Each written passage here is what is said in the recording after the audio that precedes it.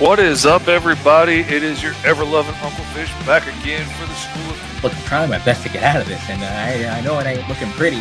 Just trust me, I know. I'll rewatching all these live streams again. And that's one of the reasons that I wanted to bring you on, too, as co-host, is because you use an iPad and I use the PC.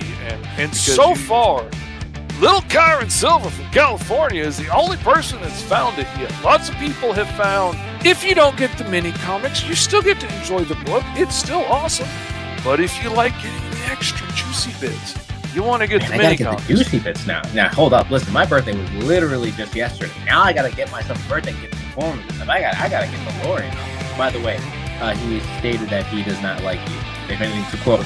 Oh, yeah. I totally sympathize with him hating. It perfectly normal response. Sir, you're giving me dangerous ideas right now. You're giving me very, very dangerous ideas.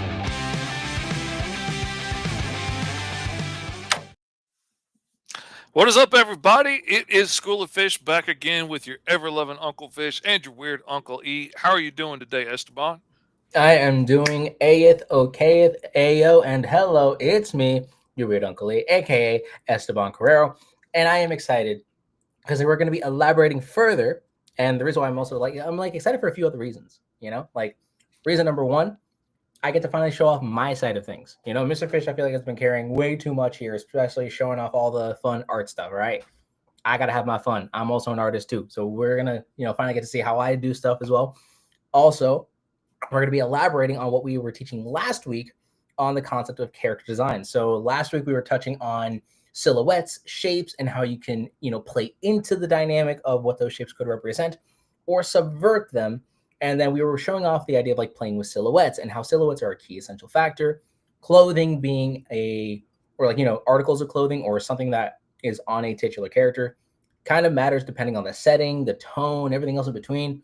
Like if you're, going to have a something set in the medieval times, you're either going to have to wear very simple peasant clothing or, have to wear knight's armor or maybe something made out of a hide of a dragon or whatever. And if you're in a high-tech society, maybe you have to wear super advanced, clothing. Maybe everything doesn't even look like normal clothing. Normal clothing could look like God knows whatever. Point's still standing. That was what we were going to be talking about. That's what we talked about last week. So this week we're going to be elaborating further by talking about character design sheets.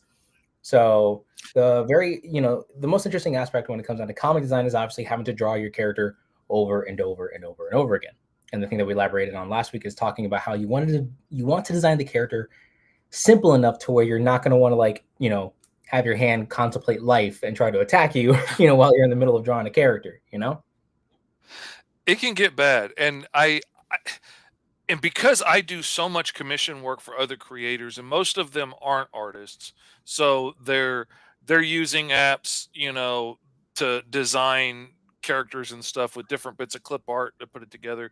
And a lot of these little hero generator apps that'll give you a nice little 2D image of the character, they're fun to play with and they make interesting designs. None of those designs were thought out to actually work in 3 dimensions or to be able to turn or move or be able to lift your arms without sticking blades into your ears from your elbows and your shoulders and stuff. None of this stuff was thought through. It was just quick little stuff somebody jotted down and they added it to the clip art file. And I have gotten some characters with some costumes that have literally made me want to pull my eyebrows out working on it. And you can actually kind of tell if I'm working on a project and I really hate a character because you will see it show up in the background all the freaking time because I steer into the skid. And if I don't like something, I'm going to draw it over and over again until I get used to it and I get over hating it. So if you see characters in the background a lot for no real reason, that's probably why I don't like them very much. And it's usually just because it's overly complex for no reason. Right. When there's a billion little things, fidgety things to draw on the costume and none of it's symmetrical and it's all, Right. Oh my goodness. Make it easy on an artist. I mean, it doesn't have to be crazy simple. It doesn't have to be Batman the Animated Series simple, but just you don't need 58 buttons on your shirt, come on. Exactly. You don't want to overcomplicate the designs by any metric. Again, the best examples of some characters are like Superman, Batman, and even if they had a different art style, the costume is still very simple to draw over and over and over again. Superman's case is literally a blue suit, red boots, and wed wabbit. Anyways, red underwear and a yellow He's got belt. wet underwear. You heard it They here, got wet folks. underwear. Hey, He's got literally, I'm so wet literate. underwear. But the same thing with Batman. Depending on whatever rendition, it's usually a gray suit, black underwear, black boots, black gloves, the freaking cowl, which with the ears, like everyone knows how that works. Again, And you simplicity at can its best. vary it. You can make it really simple. You can make it really complex. But those are the points that like tell you this is Batman. And Exactly. you can And play heck, around with that and change it. and that's also true. Another really good, I guess, like a nice instance of like style, like again, a really unique way of thinking about it is like think about Spider-Man from say like either a comic book or a cartoon to say like Marvel rivals. Like the Spider-Man design in that game is overly complex, very intricate, super sharp in detail, and everything else in between. But then you have what's it called? Then you also happen to have stuff from the cartoons. They have to keep that stuff simple because again, they have to animate that character over. Unless it's like a 3D model type series, if it's like a CGI show, then that's something else entirely different. Because you can kind of keep those complexities and still have the Oh character yeah, flow. like if it's a 3D model in a 3D animated series, you can add all kinds of detail into it and stuff. It can get kind of complex to see moving around when stuff goes really fast, but I mean, you could do it and it'll stay there, and eh, that's fine if if that's what you want to do. And some people love spending hours putting all these little details into stuff, which is cool and it's interesting, and people will open it up and go, wow, man, that is cool. But the thing that gets me is they're never going to spend as much time looking at it as you spent working on it. And most people are going to be like, wow, that's cool, and on to the next page. So I'm like, I just want to get the wow, this is cool. Yeah, And you can get that a lot quicker than all the fiddly bits. But also, as an artist that's always working from other people's stuff, having good reference sheets is really important. It really helps me if you have a nice turnaround that has your character from several angles, has everything, has the colors listed out, has all the details the way you want it. I am so used to getting so many so many images from new creators, especially, that have hired various artists to do a drawing or a sketch of their character, and each picture they have to explain to me, like, well, he can't do that, and he doesn't shoot lasers out of his eyes, he shoots them out of his elbows, and he can't fly, but he has him flying in this picture because that artist just does what he wants. And I hate that as an artist because I want you to get what you want. I want it to be an right. image of the character you want, and it bugs me when you don't get that from other artists. But also, like, that's not a lot of help to me when you give me a lot of images that are close but not really what you want. But Hmm. some people give me really nice tight turnarounds that have the character from all angles. I can see all the details and make sure I keep them all accurate and all of that stuff, and it makes life so much easier. Let's see. Well, Rob Anderson says the details that are lost is storytelling. Most creators prioritize art over story. Anime does so well because story comes first.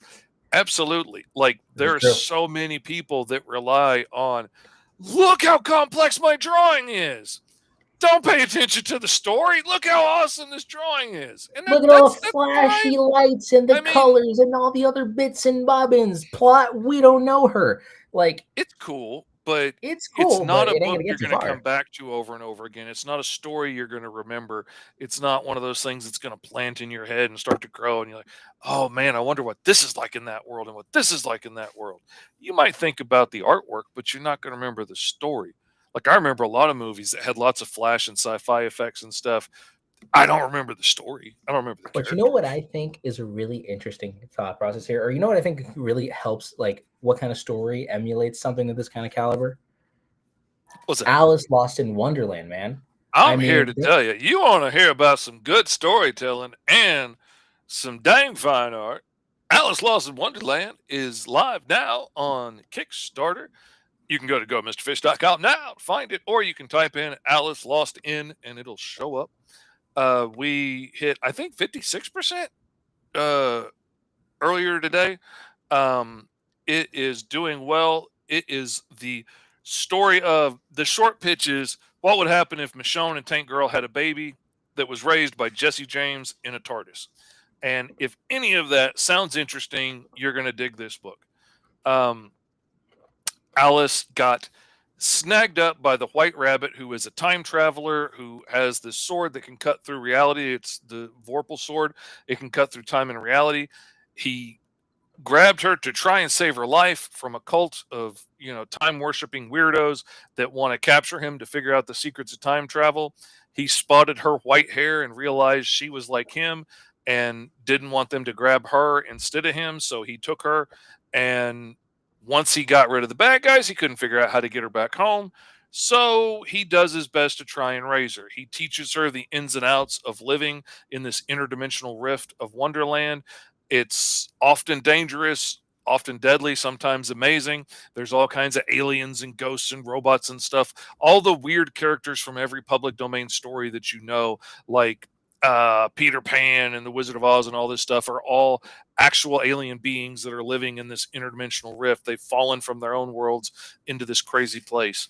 And now, most of them are all stuck here. And this is where Alice grows up. Rabbit does his best to try and raise her. Doesn't necessarily work out so great, and she grows up to be one of the deadliest bounty hunters in the Rift, and kind of has a big chip on her shoulder for her old man. Her sidekick is the Tin Man, who follows her around, and together they hunt all the scary things in Wonderland that go bump in the night. In the first issue, she gets bound by a magical contract with the Cobbler, this interdimensional demonic deal maker, and now she's bound by this contract to have to hunt down her adopted dad, the White Rabbit, and deliver his head to the Queen of Hearts, who's a criminal warlord who rules over Glass City, and just so happens to have standing orders to kill Alice and Big Ten on sight if they ever show up in her city again. So somehow she has to figure out how to capture her adopted dad, deliver him to the lady who's sworn to kill her, and beat all the other bounty hunters that are looking to get him, not get killed in the process. In desperation, in issue 2, she ends up in a face-off with the fearsome Captain Hook of Neverland, which is this area of the poisonous high skies where the ground was lost years ago below these poisonous clouds that will melt the flesh from your bones. And everybody's flying around in these sky ships, but everybody in the skies is terrified of Captain Hook coming and getting them. And so Alice rides along on somebody else's ship until it gets captured by Captain Hook, and now she's face to face with her old foe. And we got to see what happens in issue 3. It's going to be freaking amazing. We got pages from the books that you can check out here, edited for Kickstarter. Because got to be nice. Got a little bit of issue 2 going on there. We got the first few pages of issue 3 on here, where Rabbit is dropping off young Alice after one of their adventures. He's dropping her off at the local brothel for the girls to watch her while he goes off on a dangerous adventure, as a good parent does. Of And course. and him and Alice end up in a fight, and he ends up screaming at her, and she screams at him, and everybody's leaving brokenhearted. And this hurt so much. Like, I Ooh. was trying so hard not to cry illustrating these pages, because freaking T.S. Luther just, like, we worked on the story idea together, like what was going to happen in the book and everything, and it's all my toys in my sandbox, and I laid all the ground rules for how everything works. And I was like, okay, we're going to do this and this, and I had a scene in mind, and then TS is going to come in and just sprinkle in enough realism that, like, it really stings, it hurts. And So like he straight up Mortal Kombat took you by the heart, showed oh it to you man, beating in its hand, kind of a situation. Like that's how hard it hurt. it hurts, it stings. It's like having your dad tell you he never really loved you stings. Like, it's painful. Ooh. It's it's hard. I'm telling you, he's a talented writer, and he brings in stuff that I really appreciate. He brings in things that I wouldn't have thought to do myself at times, which is why I love collaborating with him. Uh let's see. What I'm behind on some comments here. Let's see. Little Rob Uh, Anderson said, "You proved it because writers let artists flex while paying them instead of making the story matter. Art tells the story. It's not pin up with captions." Yeah, exactly. Like you have to be working together. You have to be working together to make one awesome story, which is why I love working with somebody like TS because like I give him an idea and then he runs with it and that gives me an idea to run with it and it just keeps going and going and going. Arthur says, "What up, bros? How are you doing?" And we are doing geez, that a hurts. okay, and yeah, trust me, that did hurt. And I mean, listen, if you got a writer who's writing something so intensive that even the artist was tearing up in the process of illustrating, mind you, these exact words, then in my opinion, that honestly nobody asked for it. Y'all should go apprehend yourselves. Alice Lost in Wonderland issue number 3. Go support the Kickstarter. I mean, come on, you got an artist having to cry here. Tears were literally shed in the process of Oh creating this book. man, it's So it's I'm been just saying, y'all better do so it. cool. It's been so fun. It's been so great to hear from everybody that's been enjoying the first book so much, and they're like, "Man, I can't wait for the next book to come out." And oh man, that box was freaking awesome. I can't believe how cool that was. I mean, it's been a lot of fun. I'm super excited for it to go out. Anybody that got the deluxe box on the last campaign knows what I'm talking about. Like I went all out on making this thing really cool. I've got some ideas for stepping it up even higher this time to really make it in your face cool. It's going to be neat. We have a really hot shirt design this time with Mhm. Cheshire wrapped around Alice. We've got a brand new hat with Cheshire on there with all of his fangs, all of his many rows of fangs and everything out. And one of the things I love that is he always has such a sweet face when he's face to face with Alice, but every time he's behind her back, you see how sinister he really Just is. like a, Like okay. always smiling and ears down, like, "Oh my dear, never at all, never would I drink this." Just as sweet as he could be until he gets behind her back, and then all of a sudden, it's you see Who just does how know dangerous he about is. the nine corpse? It's a neat little thing if you really pay attention to it in the book. But we got the shirt design, we got the new Mr. Fish Comics hoodie, we've got the cool hat. I can't wait Ooh. for the prints to get in because I got they're fitted caps and they're actually big enough for my big giant head, and I got the largest one. But anyway, they're fitted caps. They're not the little snap back, cheap ones. I'm doing really nice caps and Okay. doing everything nice. The mini comic is getting taken up a notch. We've got if you've been reading the mini comics, you know that there's been a major change in Captain Hook from when Alice was a little girl to where she is now. How did that change happen? What instituted that change? We're going to find out as the story goes on. But you get all kinds of cool extra little bits of lore when you get the mini comics. And here we've got Captain Don't You Dare Call Me Hook or I Will Gut You on the back of a giant cybernetic dinosaur with machine gun arms and laser eyes, as you do. And it Typical Tuesday afternoon. Come on, guys. absolutely. It is getting so good. We've got the miniature figures, the D&D sized minis here. We had Alice and Big Ten on the first campaign. Now we've got Rabbit. I've got the new Captain Hook locked and ready to go as soon as we hit a stretch goal. She's going to be released. We've got delayed shipping, all that cool stuff. That's all available. And while we're at it, I thought I would show y'all the video real quick. So we're going to run the new intro video that I just did for Alice Lost in Wonderland. So stay tuned, kiddies, and watch this cartoon.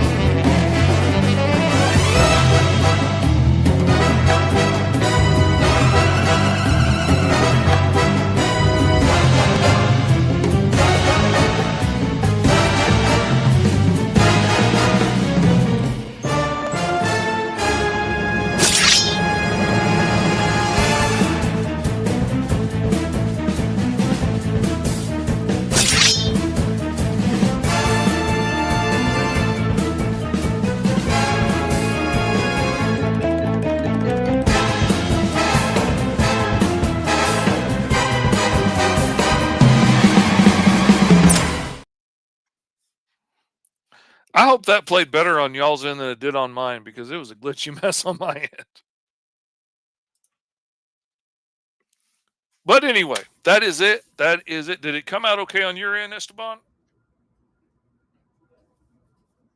Esteban, you there? Or did Yep, I lose you? right here. No, Okay. I'm here.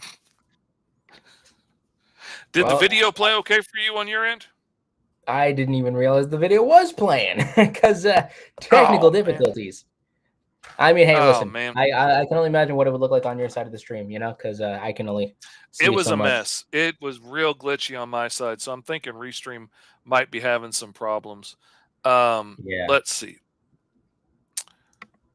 Oh my, it is beautiful. I want more. The artwork is great. I love you, Arthur. Thank you for being my new best friend. And you better And go let's get see. yourself stuff now at Go Mr. Fish. Yeah, wow. Little Anthony Castro says, "Wow." Wow. What's up, Anthony? Anthony's a cool dude. I like going on his show on Saturday mornings. I think it's Saturday mornings, isn't it? Yeah. Um, Always a good time hanging out with him and talking comics of all kinds. But getting back to character sheets, talking about character sheets, there's a lot of as somebody that's had to work off of a lot of character sheets, there are a lot of things that I really like, and there's some things that kind of aggravate me. There's some base level things that I like to have. One character sheet that I've had to work with a lot that I do like is this one here of Tyrannus the Thunderlord from Eric Bennett. I can't remember who drew it originally. It probably says in here. It's created by Eric Bennett. I'm sure he has on here somewhere who drew it. Probably in the fine writing that I can't see. But nice clear images of the character front and back. It has all the details laid out. It has all the details of the shield laid out. It has a color chart over here, which is really important. Having Mm, little pucks of the main colors of the character that you want used in the comic. And a lot of people, some people will trust the colorist to use a color that looks right in the situation and the theme, working with everything that's going on, and make his hair look red, even though it might be a purple because everything's blue or something. mm. Other people want it to be, it needs to be this color. And if you need it to be this particular color every time, which is fine, having a color chart to pick from that tells me exactly like what the CMYK numbers or the RGB numbers are, or the Pantone numbers, or something that I can color pick from is awesome. Having something that will describe the main superhuman abilities and stuff. If you have a superhero character, having something that explains the powers that I need to keep in mind when I'm working on it is super important. I love having that on a character sheet because I mean, I can't tell you how many times I've been working on a character in a book, and I might have worked on a character in a book many times, and only to realize later that they had powers and abilities that I didn't even know they had because Mm. nobody ever told me. Nobody told me that they could shoot lasers out of their hands or whatever. So I never had them do that. And I'm like, oh man, all this time she could have been putting up force fields to protect everybody, and I didn't know that. But, if you didn't put it in the script and it's not on the character sheet here for me to look at, I don't know they can do it. Exactly. That's really nice. The only thing I don't like about it is this was designed to make a cool looking post or a cool looking page in a comic book, and it has all the cool complicated background in the background. I would Mm. really rather it be like a plain color, be like a flat background. It doesn't look as cool. It doesn't make as neat of a DeviantArt post as this one does, but it's easier to read, and it could be easy for little fine details. If the end of his cape was supposed to be ragged, let's say, I'm going to miss that looking at this, unless something clearly shows a big blown up detail of it. It it's easy to miss little things when it's this complex of a background. That's my only beef with it. Everything else I love about it. Let's see. Turn that off real quick. Uh, Thank you, man. Thank you. It's a nice one. I like it. Get to the right window so I can turn that screen off.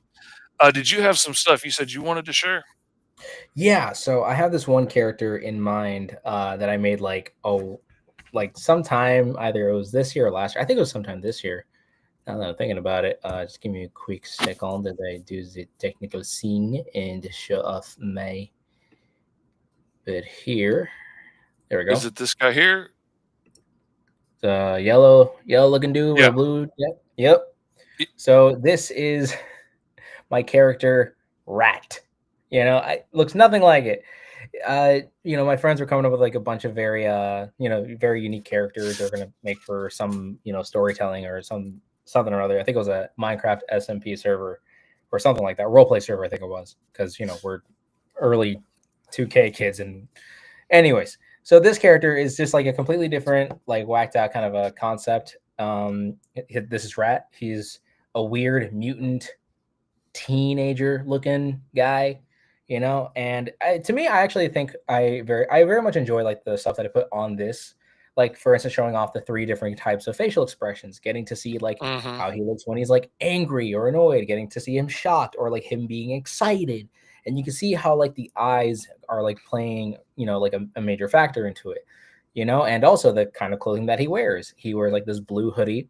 You kind of get to see what it looks like front and back, probably not the most detailed, but also getting to see his hands and feet. He has 3 fingers, 3 toes, but it's done in a really weird, kind of funky looking way.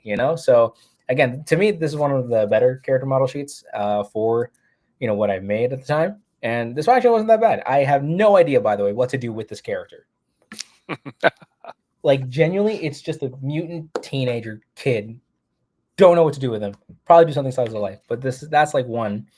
Let me see. But when it comes to the character designs as well, I also talk about like heights, like the different kinds of height levels of Oh some yeah. characters. We were talking about it before we started the stream. Let's see. I think it might be in here. Look at that. This was just a little funny. I just had to show this off, like me just carrying my little character, like it's just some abomination. No, but so this is actually a really fun example that I can show off over here. This is the former. There are some characters that are canonical or not to my book that I am working on. So these are a few of the characters. So we have, powerful, which is on the very far, like if we're going from what's it called, left to right. We have powerful, emerald turtle. We have boost, crustacean, electric shock. We have blue angel, and then we have the spider and what's it called, honeybee, right? So that these are just like some other characters, but the one thing I love about this kind of character reference model is like you get to see the different heights of every character, and you And also how get they to see like relate to each other. Yeah. exactly. So then say for instance, like, oh, I need to draw a scene where, powerful and Emerald Turtle are getting mad at each other and they need to like yell it out. I need to draw Emerald Turtle looking a little taller and then powerful looking a little shorter. So then that Mhm. way, when they argue, you can see that he has to look up and he would have to look down or something else of that kind of caliber. Also, if you notice on the sides, I kind of do the what's it called, like the height differences, right? Mhm. Thank you. Yes, I love these designs. I mean, these aren't the more official designs now. These were former designs. Some of them I'm keeping. Some of them, some of them changed. Some of them haven't. But I love these designs as well. But it also gets to show off the different height levels, which is very interesting. And I feel like if you're going to create, especially like a series of characters, this is what I recommend. Like draw them, in a very symmetrical kind of way. Draw them standing or doing whatever, but try to like line their feet up and eventually like get them standing next to each other, so that way you can tell what the height differences is. So then that way you're Mhm. like, okay, you know, so and so is this tall, and then you have to factor in like, okay, how are they going to react to a building, or how are they going to react to some of these other environments and whatnot. So those are some key factors that you want to like play into when it comes down to designing characters. Now, obviously, this isn't the only batch of characters I have. I also have these other guys right over here. We have the what's it called? The arachnid. We have the dragon, laser beam, his cousin Hellbat, and Moon Girl. And again, you get to see how they all kind of played, in different heights and whatnot, and seeing how they all kind of look compared to each other. We even have the Marvel Rejects. If anyone remembers the comic book that was going to come out, the New Warriors.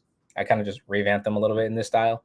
But again, getting to see their different designs and also learning to see the different compositions and how like the team would also work well together. Especially if you're making like a team book. For me, I'm making a team book, so colors are very, are very important to me because one character could be defined by a singular color, you know. Hmm. So, and that's something I It's want to take nice into to be consideration. able to tell them apart quickly and easily by color, which was one thing. It's kind of difficult in Green Zone when everybody's wearing the same uniform. But that's also another interesting thing too, because heck, even in animes, some animes take place in a school setting in which they have to wear a uniform. What you can Hmm. do is also playing with that uniform design. I think it was in Green Zone where you got to see Virgil have to wear, a belt in a really different way because of how Yeah, big and stocky he is in comparison to yeah. He's everyone so else. big, he has to put it on his wrist instead of his waist because he can't fit it there, and he can't be out of uniform. Exactly. And So then yeah. or another fun example of like big characters, at least in my comic book universe, we have Toxicon, we have the Raider, and then the two main villains, Crime Boss or CEO, and his, his equally psychotic and brilliant wife, Professor Puristine, so or Doctor Pure as I call her. Again, all showing off the different height levels, the different colors, or some colors that do work well, and seeing how they're executed differently, and Hmm. and even shows off like a different form of like their silhouette in a way. Yeah. Now, you got Croc Boys talking about how short one of them is. Man, you want to talk about short? You want to talk about some freaking height differences? Okay, hold on a second here. This is the lineup I did originally for my book Green Zone, and I did it specifically because I knew Virgil was going to be 8 feet tall, so he needed to be taller than everybody else, and I knew that the boss Sergeant Kim over here was going to be he was going to be like under 5 feet tall. So he's nice and short. He's huge. There's people all in between, 6'4", 6 foot, all the way back down here to, hoping to be 5 foot one day. And so having this height chart has been a huge help to me over the years working on the book because it lets me really look and see like, okay, I've never really stuck Boggs over here on the end up against Sergeant Kim before. So how tall would Sergeant Kim be next to him? Like, okay, he's going to be down here at his shoulder. And how tall Waters and Kim are next to each other when they're standing, but then when they're standing next to another cop that's probably 6'2", I could realize, well, Brooks is 6'4", so I can kind of average it. It's really been a huge help for me to be able to make it work. Like there was a scene in issue 4 where I knew Virgil was going to need help in, and I honestly I had to come back and look at this to look at it to see like, okay, Brooks is like just tall enough to be able to get up under Virgil's arm and maybe help him a little bit, to walk when he had been so badly burned. And so, that's it. It's been cool. Let's see. Let's switch. Turn. Oh, wrong mouse. Too many computers. Too many screens. Embarrassment of riches over here. Uh, Arthur says. Let's see. Croc Boy says, "Bro, one of those guys looks like Black Mask," and Yes, Arthur agrees. and it's more like the back to my little villain roster over here. So I guess for context, the going again from right left to right, Toxicon is like my Venom in this universe, just made of toxic waste material. It's a psychotic living embodiment of like chaos and toxicity, literally. Hmm. Then you have Raider, which is actually a public domain supervillain that I kind of just, rendered in a more modernistic way, or at least in my take of it. Crime Boss, aka the Black Mask Fellow, is actually, well, the same name, is also another public domain villain, but I call him like CEO because it sounds more like menacing, more weirdly official. Uh, I just wanted to say the video is absolutely amazing. It has some wonderful information and insight for comic creators. Yes, thank you, Philip. Thank you so Love, much, man. love those. Love you, Philip. Every single video, I always see your comment. Don't think I don't see it. Very much appreciate that.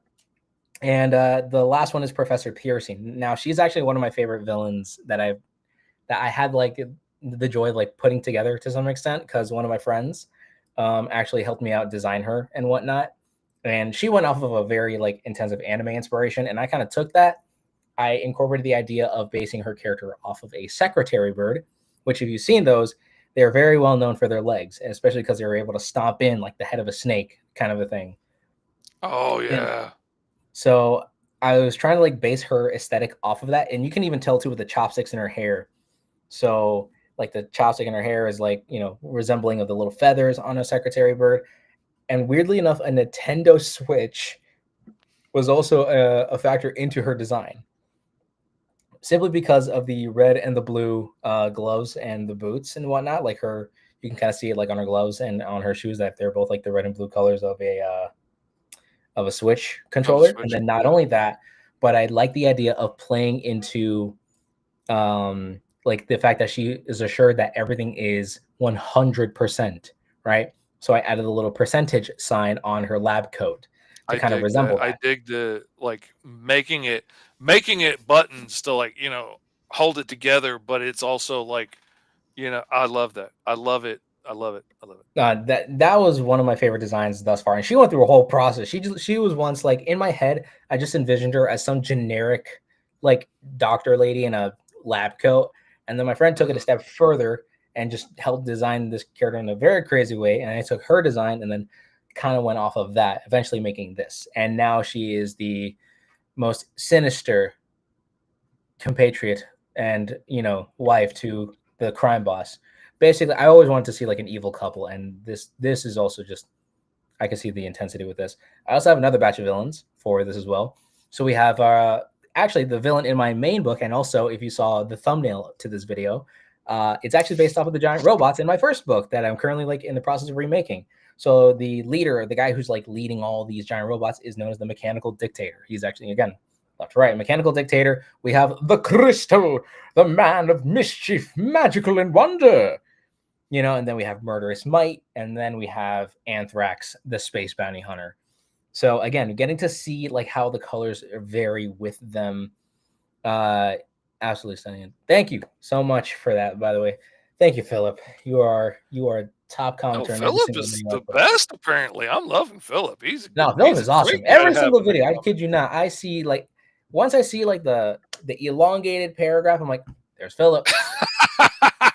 It's a long comment. You know who it came from. Yeah, I tend to Oh be yeah, that guy too.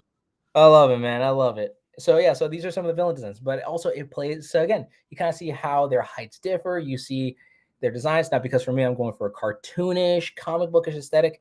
The simplicity in their designs work, and I know that we're talking about super simple designs, but also, for instance, if you look at say Anthrax or the Crystal, right? You kind of see how they're complicated, but not too complicated. You can Hmm. kind of see to the point where it's like I can repeatedly draw these characters a little bit here and there, and it's not going to really annoy me, or it's probably going to annoy me to the point where I'm like, all right, I'll focus on you later. Let me just draw the cactus behind the scene or whatever, or something like that. Same thing with Anthrax. He has like a lot of detail and design, not a lot, but enough to where it's like, okay, it It still keeps it looks interesting, cool. but not so much you're going to spend an hour trying to plot out what does this Exactly. complex design look like from this angle on this curve. Like, yeah, Exactly. So that's absolutely. actually one of my favorites. And then we even get to some anti-heroes. We'll see some of these fun little anti-heroes here as well. So we have Hydraulic Arachnid being a little he has ties and connections to one of the other villains. That's all I will say. Then we have Honeybee and we have the Shard, who's like who has his powers from this crystal. And because there's not like a defined set color, he's actually like made of a swirling, rainbow array of colors, which I thought was really cool. So again, you get to see the different height differences. You get to see how their costumes look. My one problem is that I wish I did turnarounds, but obviously I was just designing characters for the sake of designing them. And again, the majority Hmm. of those are side characters, potential villains, so on, so forth. Well, and One of if my you other ever favorite, decide to do that, you can. You've already got like the front view. But what you've done alone is more than I have done for any of my characters. I wish I had done that much for all my characters. The lineup I did for Green Zone is literally the only lineup or turnaround I've ever done for anything of my characters because I mm, just keep them all in my head. So I just draw them down. There's so many times I wish I had a nice image like that that I could send to my flatter. So when she's coloring a character she's never seen me draw before, I could send her something that's like, these are the colors that goes Mm. here and there. This is the places that are colored different colors, instead of her having to try and guess. And, and she does a good job guessing, but every once in a while I'm like, "Ah, why are these bolts a different color than the metal that they're going into?" But, she's trying to err on the side of safety. No, that's totally fine. And I mean, honestly, that's the way it is. So for me, whenever I design a character, thank you. We'll do what we can to keep up all this great work. But also, when it comes to designing characters for me, I always go off like cartoon logic. So I always just make the characters flat. I don't add much shading.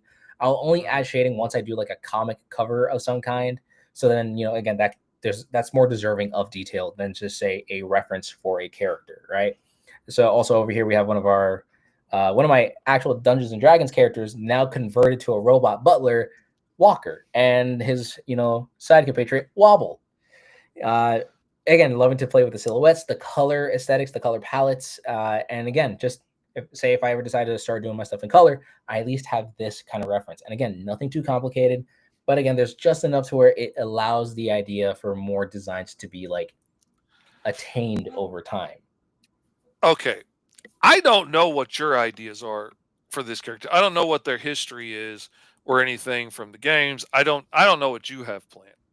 Oh I no, listen, know. let me tell you this now. This character, okay, so this is Walker, right? The superhero universe Walker. All right, let me see. 3, 2, where are you? There you are. And then 3, 2, there you are. And this is Walker from my Dungeons and Dragons campaign when he was a uh like a mail delivery guy, or like a mail delivery service bot. We were playing, I forgot which one was it. It was the snow theme campaign. My friend's out there and she's watching this. It was your game that I played this character in. He had a voice of going like, "Hello, I'm Walker. Lovely to meet you." Very Baymaxy in a weird way. Mhm. I But was yeah, gonna anyways, say, what were you gonna say? when I look at those two characters next to each other, and I see the big tall dude with the broad shoulders and the thick arms, and I see that little bitty round dude, I I just envision the one dude being really big and strong and very nice and calm and pleasant, and the little dude just being a little chaotic barbarian, destroying everything that he comes in contact with. Like, the juxtaposition of taking what you would expect to be the two different, places, like we were talking about last week. Sometimes having the big guy being the smart guy and not just the big dumb brute or whatever. Like, having the bigger, more impressive robot dude be very nice and calm and like very C3PO, while you got a chaotic little ninja blender R2D2 dude down here at the side going nuts on everybody. That's just what pops into my imagination. But your design inspired my imagination, so that's freaking awesome. Oh yeah, and I guess this is a really fun. The one thing I love about this character Walker is that he's actually, so in my comic book, The Unbeatables, my main character, powerful, the black and white monochrome power button looking superhero. He's actually the son to the world's greatest super team, the Ultra Five, right? And version is definitely, wait. Let me see. The Butler version of Walker is cool, but the Dungeons and Dragons version is definitely fantastic. I 100% agree. But also, It I is. wasn't going to make a comic with the D&D interpretation. But anyways, Yeah. Walker is essentially the robot butler for the Ultra 5. He was made by the smartest member of said team. And then Wobble was basically made as a babysitting robot when two members of the Ultra 5 had a kid, which was, of course, my main character. So they kind of play into that little thing. So Wobble just being like this cutesy little, you know, thing to help babysit a child while the parents are off fighting God knows what. And then Walker is just this robot butler who kind of helps out. He's like Alfred, he helps out the team whenever he needs to. He's the guy behind the chair, but Mhm. he has nothing else better to do because he's a robot. So, anyways, but again, getting to see the character silhouette, getting to see the designs, and also the character sheet, and I can use this as a means of helping myself like design the character for, say, whenever I create that one chapter that I called No Place Like Dome, where I'll introduce Walker in that scenario and introduce Wobble as well. So again, this can also help me like draw them in different ways. Now, because I have a more rendered out concept of how this character looks, and again, because of how simple his design is, I don't really need to see a full turnaround. Now, would it be better if I did? 100%. You don't need to have a Mhm. turnaround all the time. Now, there are times where I wish I did have a turnaround for, say, like the Emerald Turtle over here, right? I only drew the When front you side of got his a character. lot of details, it's nice to have detailed shots of what's all underneath there. Oh yeah, for sure. And I kind of regrettably did like part of it was like, I wish I drew the backside of this character because, what's it called? In one of the pages that I had to draw for my comic, I realized, oh shoot, I have to draw like the backside of a character, especially like again, it's barely noticeable because he's like yay big in the entirety of the page. But when you really think about it, I'm like, I have to take those details into consideration.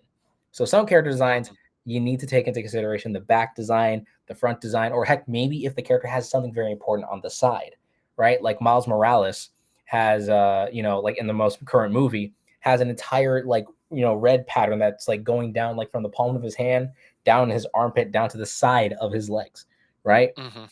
That's a very important factor to take into consideration. Classic Spider-Man has that red spider logo on his back, but yet has like a whole red section here with a black spider logo. So those are things you have to take into consideration when you design a character. Yet, as for me in particular, definitely front and back. But of course, if there's something essential on the side of said character, make sure that you design that part as well. See, that's my thing. If it's essential, make sure you include it. I see so many turnarounds of characters that people have done where it's the front, it's the back, it's a three-quarter view, it's the side with the arm removed so you can see the side of their body, which is great if you have a really complex suit of Iron Man armor from the movie and you need to know what all the shapes are from all these different angles. That would be really helpful.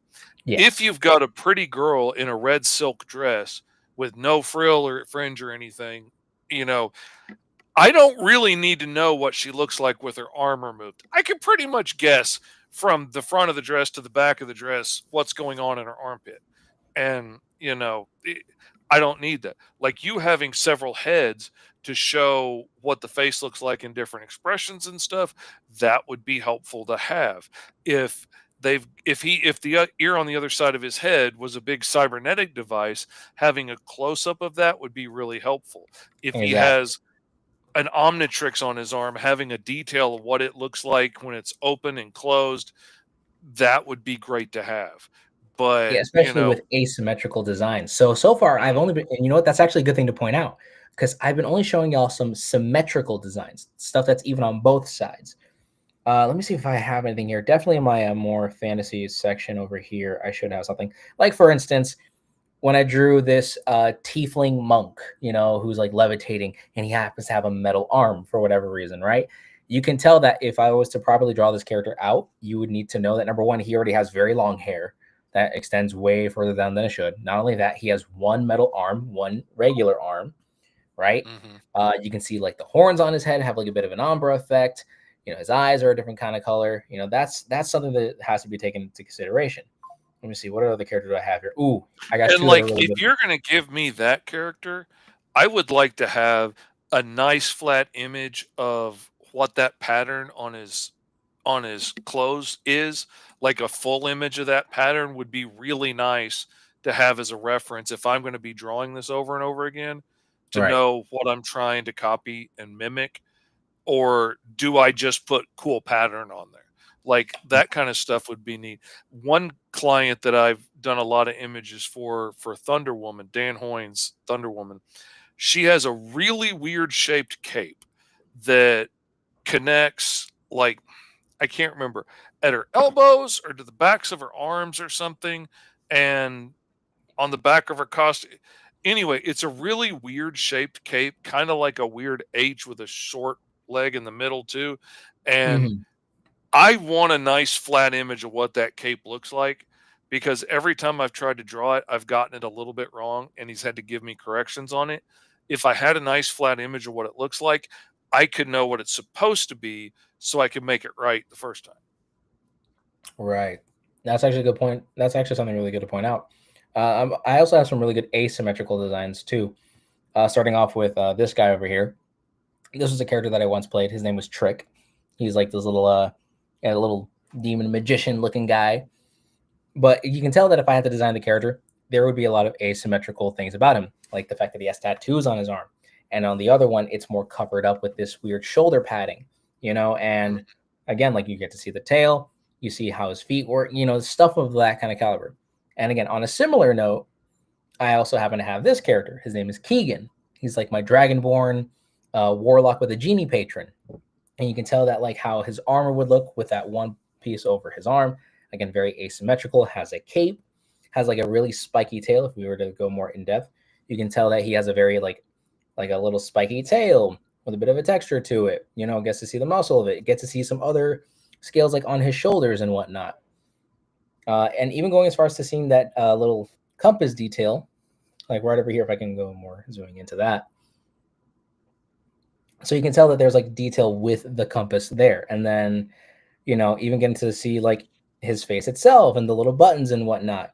Again, those are just, some of these things are too small to really ever like fully dive into.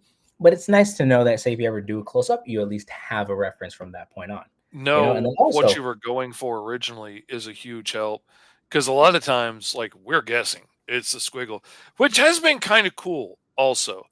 Because, like, as somebody that does character art for people and stuff, like, I've had people send me ideas or stuff, and I'd be the first one to draw a character. And so I draw it out, and I'll put all these little squiggles and stuff in there to insinuate that there's tech or something on this bow the archer's using. And to see that go through over the years now, go through sometimes 10 different artists' hands, and all those little doodads and stuff start to grow and become actual things. And that little square I drew on his belt for no reason ends up becoming like a communicator device or something later on. Like, seeing how it grows from each artist taking a whack at it has been really fun to see. oh yeah. I planted a seed and they watered it. And now it's become this thing. It's been a lot of fun.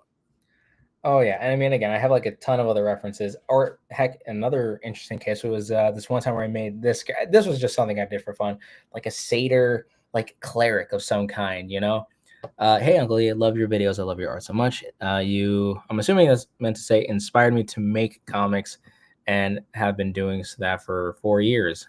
I love you, Uncle Lee. Thank you. Love you too, Arthur. Love you too, buddy. I'm glad That's that you're, awesome. doing what you're doing. Keep it See, up. you look at me and say I'm an inspiration. You out here inspiring people to be making comics for a while now, man. I tell you, I've been nothing but impressed with you since I first crossed one of your videos on TikTok, and that's why I sought you out and wanted to become your friend, because I was I like, have no. I don't this even is a know what dude video going that through could it. have been. Honestly, like straight up, I don't know which video that was. It was before you. I don't even think you had. I don't know if you had any pages done for the Unbeatables at first. You were just talking about it. You were just talking about how you were going to make a comic book, and you were talking about it as, I've got this character that's basically Ben 10, and I got a Spider-Man, and I got, like, you were talking about it in that Oh, manner in the those beginning, my one of my first few videos ever came way back, and I was like, oh, bless his heart, he's getting sued. What was my first thought?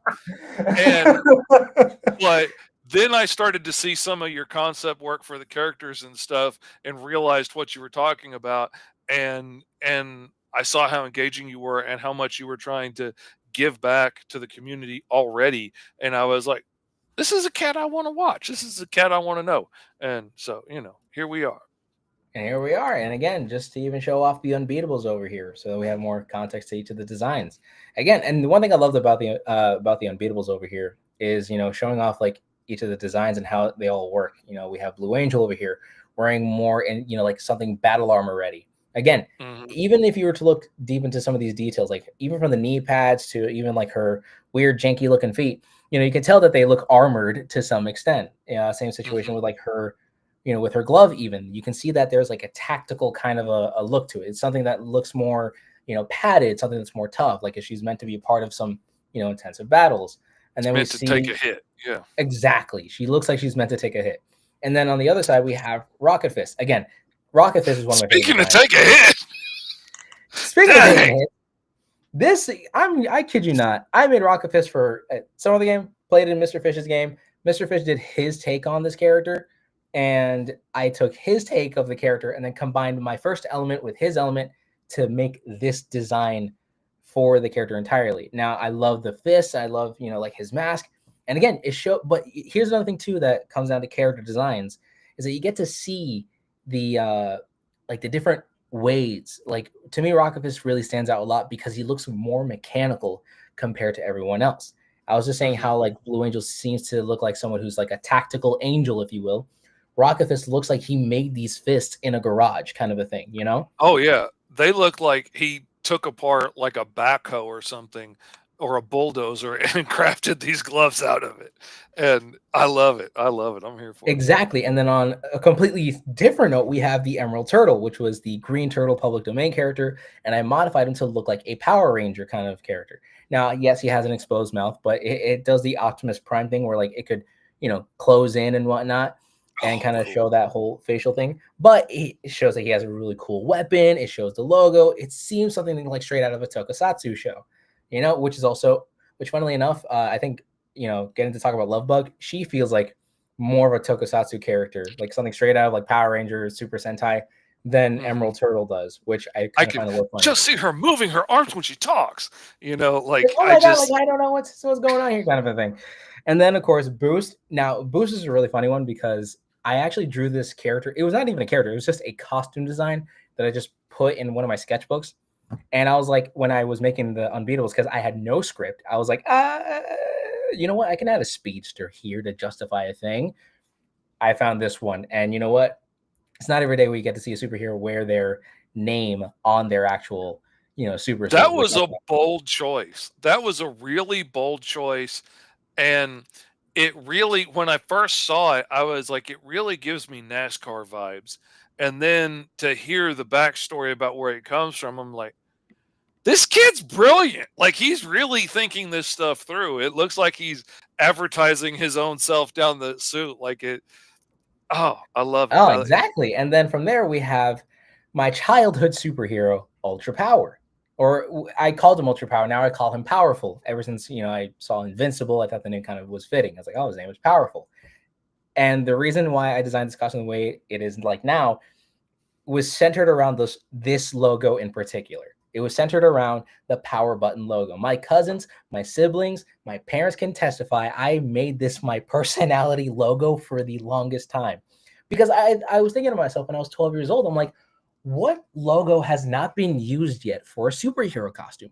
You get every different kind of bug, you get an animal of some kind, primarily stars and circles and all those other kind of crazy shapes. hmm But I'm like, what's the one thing that hasn't been used yet? And to me, I didn't, not that I'm aware of, or not that I'm aware of in any official media, but to me, I think this logo was something that hasn't been used yet. And I wanted to use this logo ever since then. And I started to develop the character. Now, mind you, I was 12. His suit looks vastly different, then versus now. Like at Oh the yeah. time, he was wearing nothing more than a white suit that had just the logo on it and a jacket because I always tried to draw the character as if I was going to cosplay them at some point, you know? But now I want to go all out. I had the Spider-Man influences and some other, techno-based kind of stuff, and eventually leading to design that you see here. So again, playing into the factor of like what their powers are all about, like what's this, whole situation. And again, the character model sheets all throughout helped out, especially when creating some of the pages. Like a Oh really good man. example here. Let's show. I'm gonna show off a page of my book over here. So Show this is off a a scene where page, like man. yeah, so we have a scene where Rocket Fist over here is getting his arm back after hold on, I think it's more funny if I give some more context. So after a little save and rescue, you know, Powerful's just like, did anyone lose their mega sized rocket power fist? And then just hits him in the face and goes back and then clips back onto Rocket Fist's arm, you know? And then from there, he's saying, like, yeah, you made me miss my shot. But throughout the process of drawing this, I had to take into consideration like how this arm looks. Like again, it's simple, but you can see the amount of detail that's in there. You can see like again the There's little a lot of detail in it. circular, Yeah. yeah, the little circular knuckles, even the base plate on like the back of his hand, the whole major wrist point over here, even from the little let me see if I can just do this so I can actually write it and not affect it. But even like when it comes to wrong one. But even like these parts right over here, like where they're gonna like shoot like for the the flames out whenever like it's going to be shooting out. Hmm. Those are small things that have to be taken into consideration when you're designing the entirety of one character. And again, it may not be a lot, but it does help out by a metric ton, especially if there are those that do pay attention and do look deep into the art itself. Yeah, and like that's some place where I start to think when I'm designing characters now, like I could make this really super complicated, or I could make that jet part a shape that I could make out of a simple tool, in the drawing program. I could make it out of a curved line or something instead of a whole bunch of jaggedy little bits, and it'll make it a lot easier to draw 1,000 times from 1,000 angles. And so I'll think that through, because if I'm just doing the one image of it, then each one of those jet boosters is going to have all those little movable blades that they have on like a jet engine to help focus Mm, the stuff. If it's something I'm gonna have to draw a whole bunch of times, it's not gonna have that because that's too exactly. hard to have to do a million times. And actually, these are some of the references that I use throughout the whole process of making my book. So of course we have my main boy over here, powerful. Again, not the most intimidating pose, but again, you can kind of see where most of the like again, if I was to use a reference of some kind, this is the reference that I used. You can tell Mhm. how like again, looking at his arms and his chest, you can see how all those all the blue lines kind of play into an effect, all Yeah. throughout, you know? And then same thing with the emerald turtle over here. This is actually the more Power Ranger looking suit when his mouth is covered. But again, even if it's just a simple pose, you get to see the flat colors, you get to see where the yellow is being implemented, the dark I greens. love the Power Ranger look of him. Like, the all the shapes in the sword and the turtle pattern on the gauntlets on his arms and legs, like, the whole thing just reads like he is the Turtle Ranger, and Exactly. That's what I I love wanted to that go dude. for. And I he's love actually it. not You the only killed it. one. His story actually is that he's actually part of the Crystal Turtle Squad, which is like a whole like crystal themed thing over in China in particular, because he's actually the public domain character is a Chinese made American uh a Chinese American made character. So that's actually rooted in the fact that that's who made him essentially. Then we have okay. This is the crazy part about Rocket Fist. So this is my first drawing of Rocket Fist, and you can see there is way too many lines, way too many details on this character, and you can see that if I drew him now, like with this design, I'd be my wrist would want to murder me, right? It's like you can see this design, and I did way too much. Now this was based off of the Hero Forge reference that I made when I put it on Hero Forge, and then I did this. But when Mr. Fish did his take, he did a more rounded concept with it. And from there, I took his rendition, combined minds, to create 100%. something beautifully complex, but yet something simple. And again, I use this as the reference. And again, I don't add any shadings or anything like that because, again, I'm going to have to use some of these colors over and over and over again if I'm going to maybe make a cover or if I ever do color it at some point. I'm just, Mhm. just as like a fun little method of reference here. It's a whole And lot easier to color pick the right color off of a flat color image than when I get exactly. some references image from people where the artist has gone over it with 100 layers of screen and multiply, and there is no solid color anywhere on the character to pick from. That's why I love having those little pucks in the corner that tell me what is the base color of the clothing, and then I can work from there and I can put highlights and shadows, but where am I starting from? I love that. Exactly, and the same thing with Blue Angel over here. Just a simple pose. Even knowing like the color of her wings, it also plays a huge effect, and also the fact that she also wields a sword at some point. So you get to see how that kind of looks. Buggy is or I love Bug over here is the only character I didn't really do much of a crazy pose for because this was a more newly rendered design. Because at first I was actually going to go off of this one over here, which is Honeybee. Hmm. So I was originally going to do this one, but I'm like, let me actually just try to steer away from, making it look like Spider-Man. Let me just try something else a little different. And instead of that, I then, leaned into the more Ladybug aesthetic. And then we have, well, I love her Lovebug look. over here. I absolutely love it. And I love the short hair. It's really cute, but also kind of makes more sense if you're fighting crime than having really long hair flowing behind you that's easy to get grabbed or snagged, and like, oh, I would not want to be grabbed by my hair and thrown around by, some super rock monster. Exactly. And not only that, I mean, I also have some other characters in here as well. Oh, that's not that's Boost. No, we also have Unicorn Girl. You know, I just thought this was a really fun design. But like my major inspiration for this one was Luchadora and unicorns.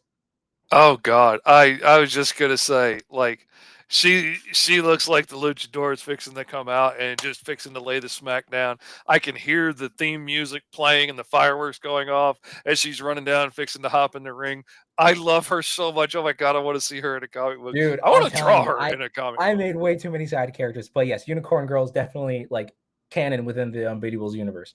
But again, playing into, you know, again, if we had to make it educational for the young kiddos out there for the world, we're playing with obviously different muscular for different body types. I didn't Hmm. play into making her a very slim type of woman. No, I played into making her a bit more beefier, a little bit more muscular because she's a luchador fighter. So of course she's going to need to know how to, you know, She needs to be lift strong weights. enough to defend herself in the ring. Yeah. Exactly, but I also still wanted the idea of making her feel like a pretty little princess, so I used the colors of white and pink, very pastel. See, I love that. Like, I had a friend of mine is a female bodybuilder, and like she's big. She's like refrigerator big. She is a big woman, and she is very very strong and can lift more than my gigantic body at one time. Oof. She is a big time power lifter. I love her to death. She looks like a beast, but she is also one of the girliest girls I've ever known in my life. And like she loves the pink, she loves the unicorn, she loves the rainbows, she loves, you know, pretty tassels in her hair and stuff. I was doing a character design class with kids at a Comic Con one time, and they designed this big beefy character of this woman. They wanted her to be big, giant, and strong. And I was reminded of her, and I started asking them questions like, what's her personality going to be like? What's her outfit going to be like? Is she like, a tougher, more macho girl, or is she, a really girly girl? And I described my friend, and everybody got super excited, like, oh, she's got to be girly, and she needs stuff in her hair, and she needs a little bag on her side that she can have her makeup in and everything. And I was like, oh, she came out to be such a cool looking character. Oh, wait, did the screen go out, or is that just me? Yeah, it went out for a second there, Okay, but okay, it's back. and then playing into another design for a character, we have Adam Bomb Jr. who was like a superhero from the 1950s and somehow teleported to the future or whatever. And he's like this super run of the mill, like, oh, gee willikers, guys, I don't know how to really solve the situation here. Even though he's made of, even though he has like nuclear level powers and whatnot. Again, playing into him being very fun, energetic. You can see in Chucky his Dons, I'm eyes. afraid I might have a meltdown, boys. It's like, oh no, no, I don't want to have one of those now. Oh, gee whiz, guys, do we need to? Like kind of that character. This one is another one of my favorite characters. This one I feel like would tie into Rocket Fist story because I made Rocket Fist and then this character right after. This is Slime Glider. Again, I love. If anyone watched my public domain like remastered of the Yeah. Fantastic Four that I done, I actually based the pose for my Mister Fantastic, off of this pose here. So this is actually the first one that started that. So he's basically made of slime. And one of my favorite elements of this is that you get to see how like I was able to make him look like some weird young looking teen, with a weird flowy hair, but still making it look like he's a slime based hero. You Hmm. know, simple in design, only very few colors. Another factor too that you need to take into consideration when designing a character, you want to limit the palette of a character, right?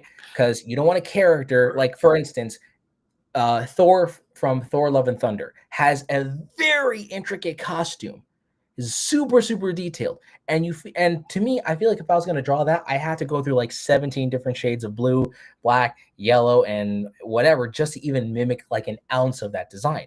Again, every character that I've drawn this far, and because it's my style, I go for something simplistic. So therefore, Hmm. you also want to have very few colors, like three. I think five at best should be the maximum amount of a color palette for, say, either a suit design or just a character in general. Yeah.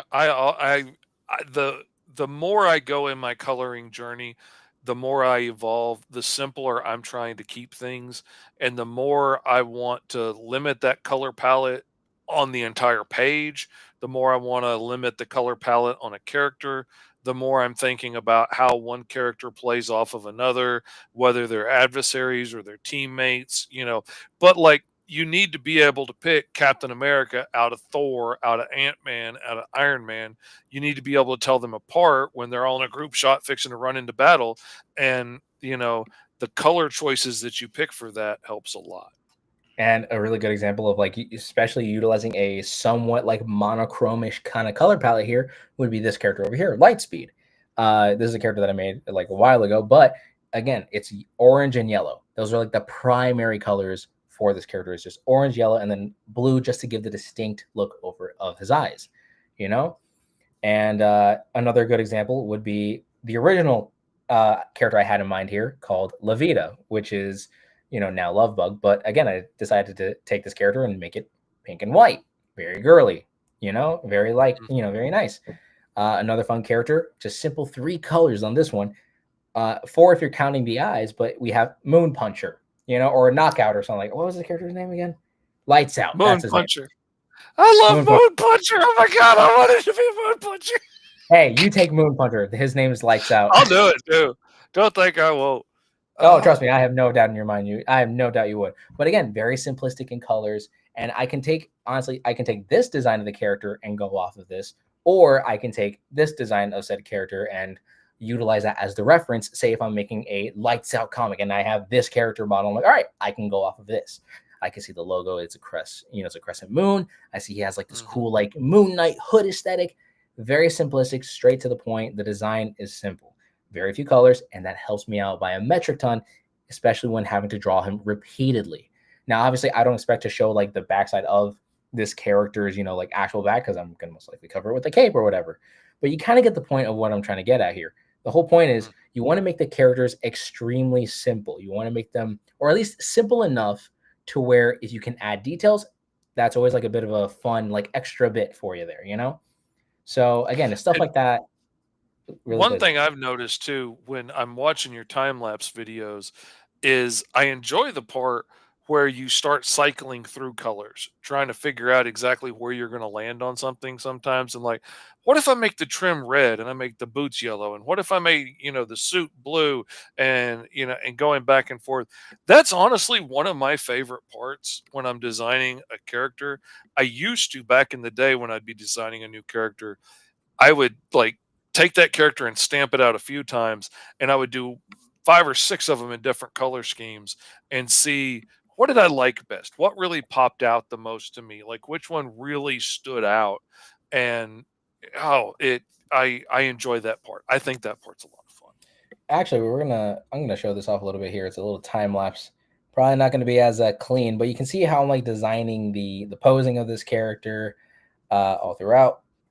Again, also when you draw a character, make sure that you also find like a good pose that you can draw them in, because that actually might help define how that character is interpreted all throughout. Like again, some of the characters that I shown off, like Unicorn Girl or Atom Bomb Jr. Like you see those characters and you can kind of tell what their personalities are like. If you do that, it kind of helps you stay motivated to keep them on that track, or probably divert away from it once you help progress with the story and whatnot. Now, this is the part where it kind of like gets a little, this part down right over here is where it gets a little interesting, because I start experimenting with some colors and whatnot. Like at first I do blue, and then eventually I do like a red or like a black and red with the blue kind of thing. So that's always like the hard part. And then, for some characters that's not as difficult, others it is. But again, my point still stands. Like when you're designing a character, you want to make sure that you want to put them in a pose where like their personalities. You guys are giving us some fantastic advice for creating our own comic characters or drawing our favorites. Hey, I'm glad that we're able to provide such, some advice here and whatnot. Again, I'm only just showing off. This has been like the biggest excuse for me to finally show off all these fun designs and whatnot. Oh man, you've got so many awesome designs. Oh I'm my god, you kidding me? jealous. Listen, some of those characters are just stuff that I've originally made, or I took public domain characters. Imagine if you gave me like the ability to draw other heroes from other properties. For instance, there's a line of comics called the Atlas Seaboard comics or whatnot. Basically, it's anti-Marvel.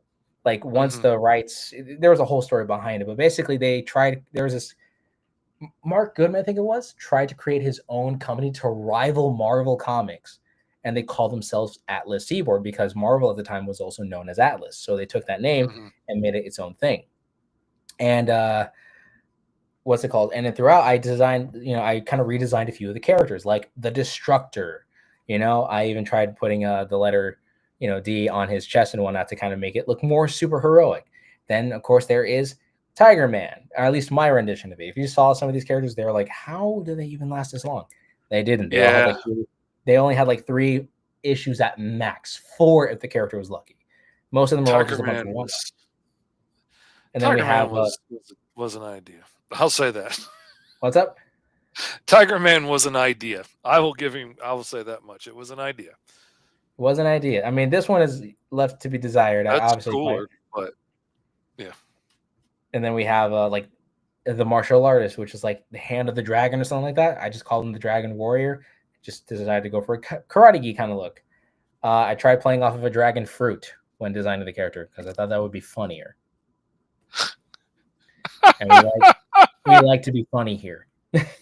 Oh, I love that. Target, like marksman. He's like, again, you can kind of see the logo, very simple stuff.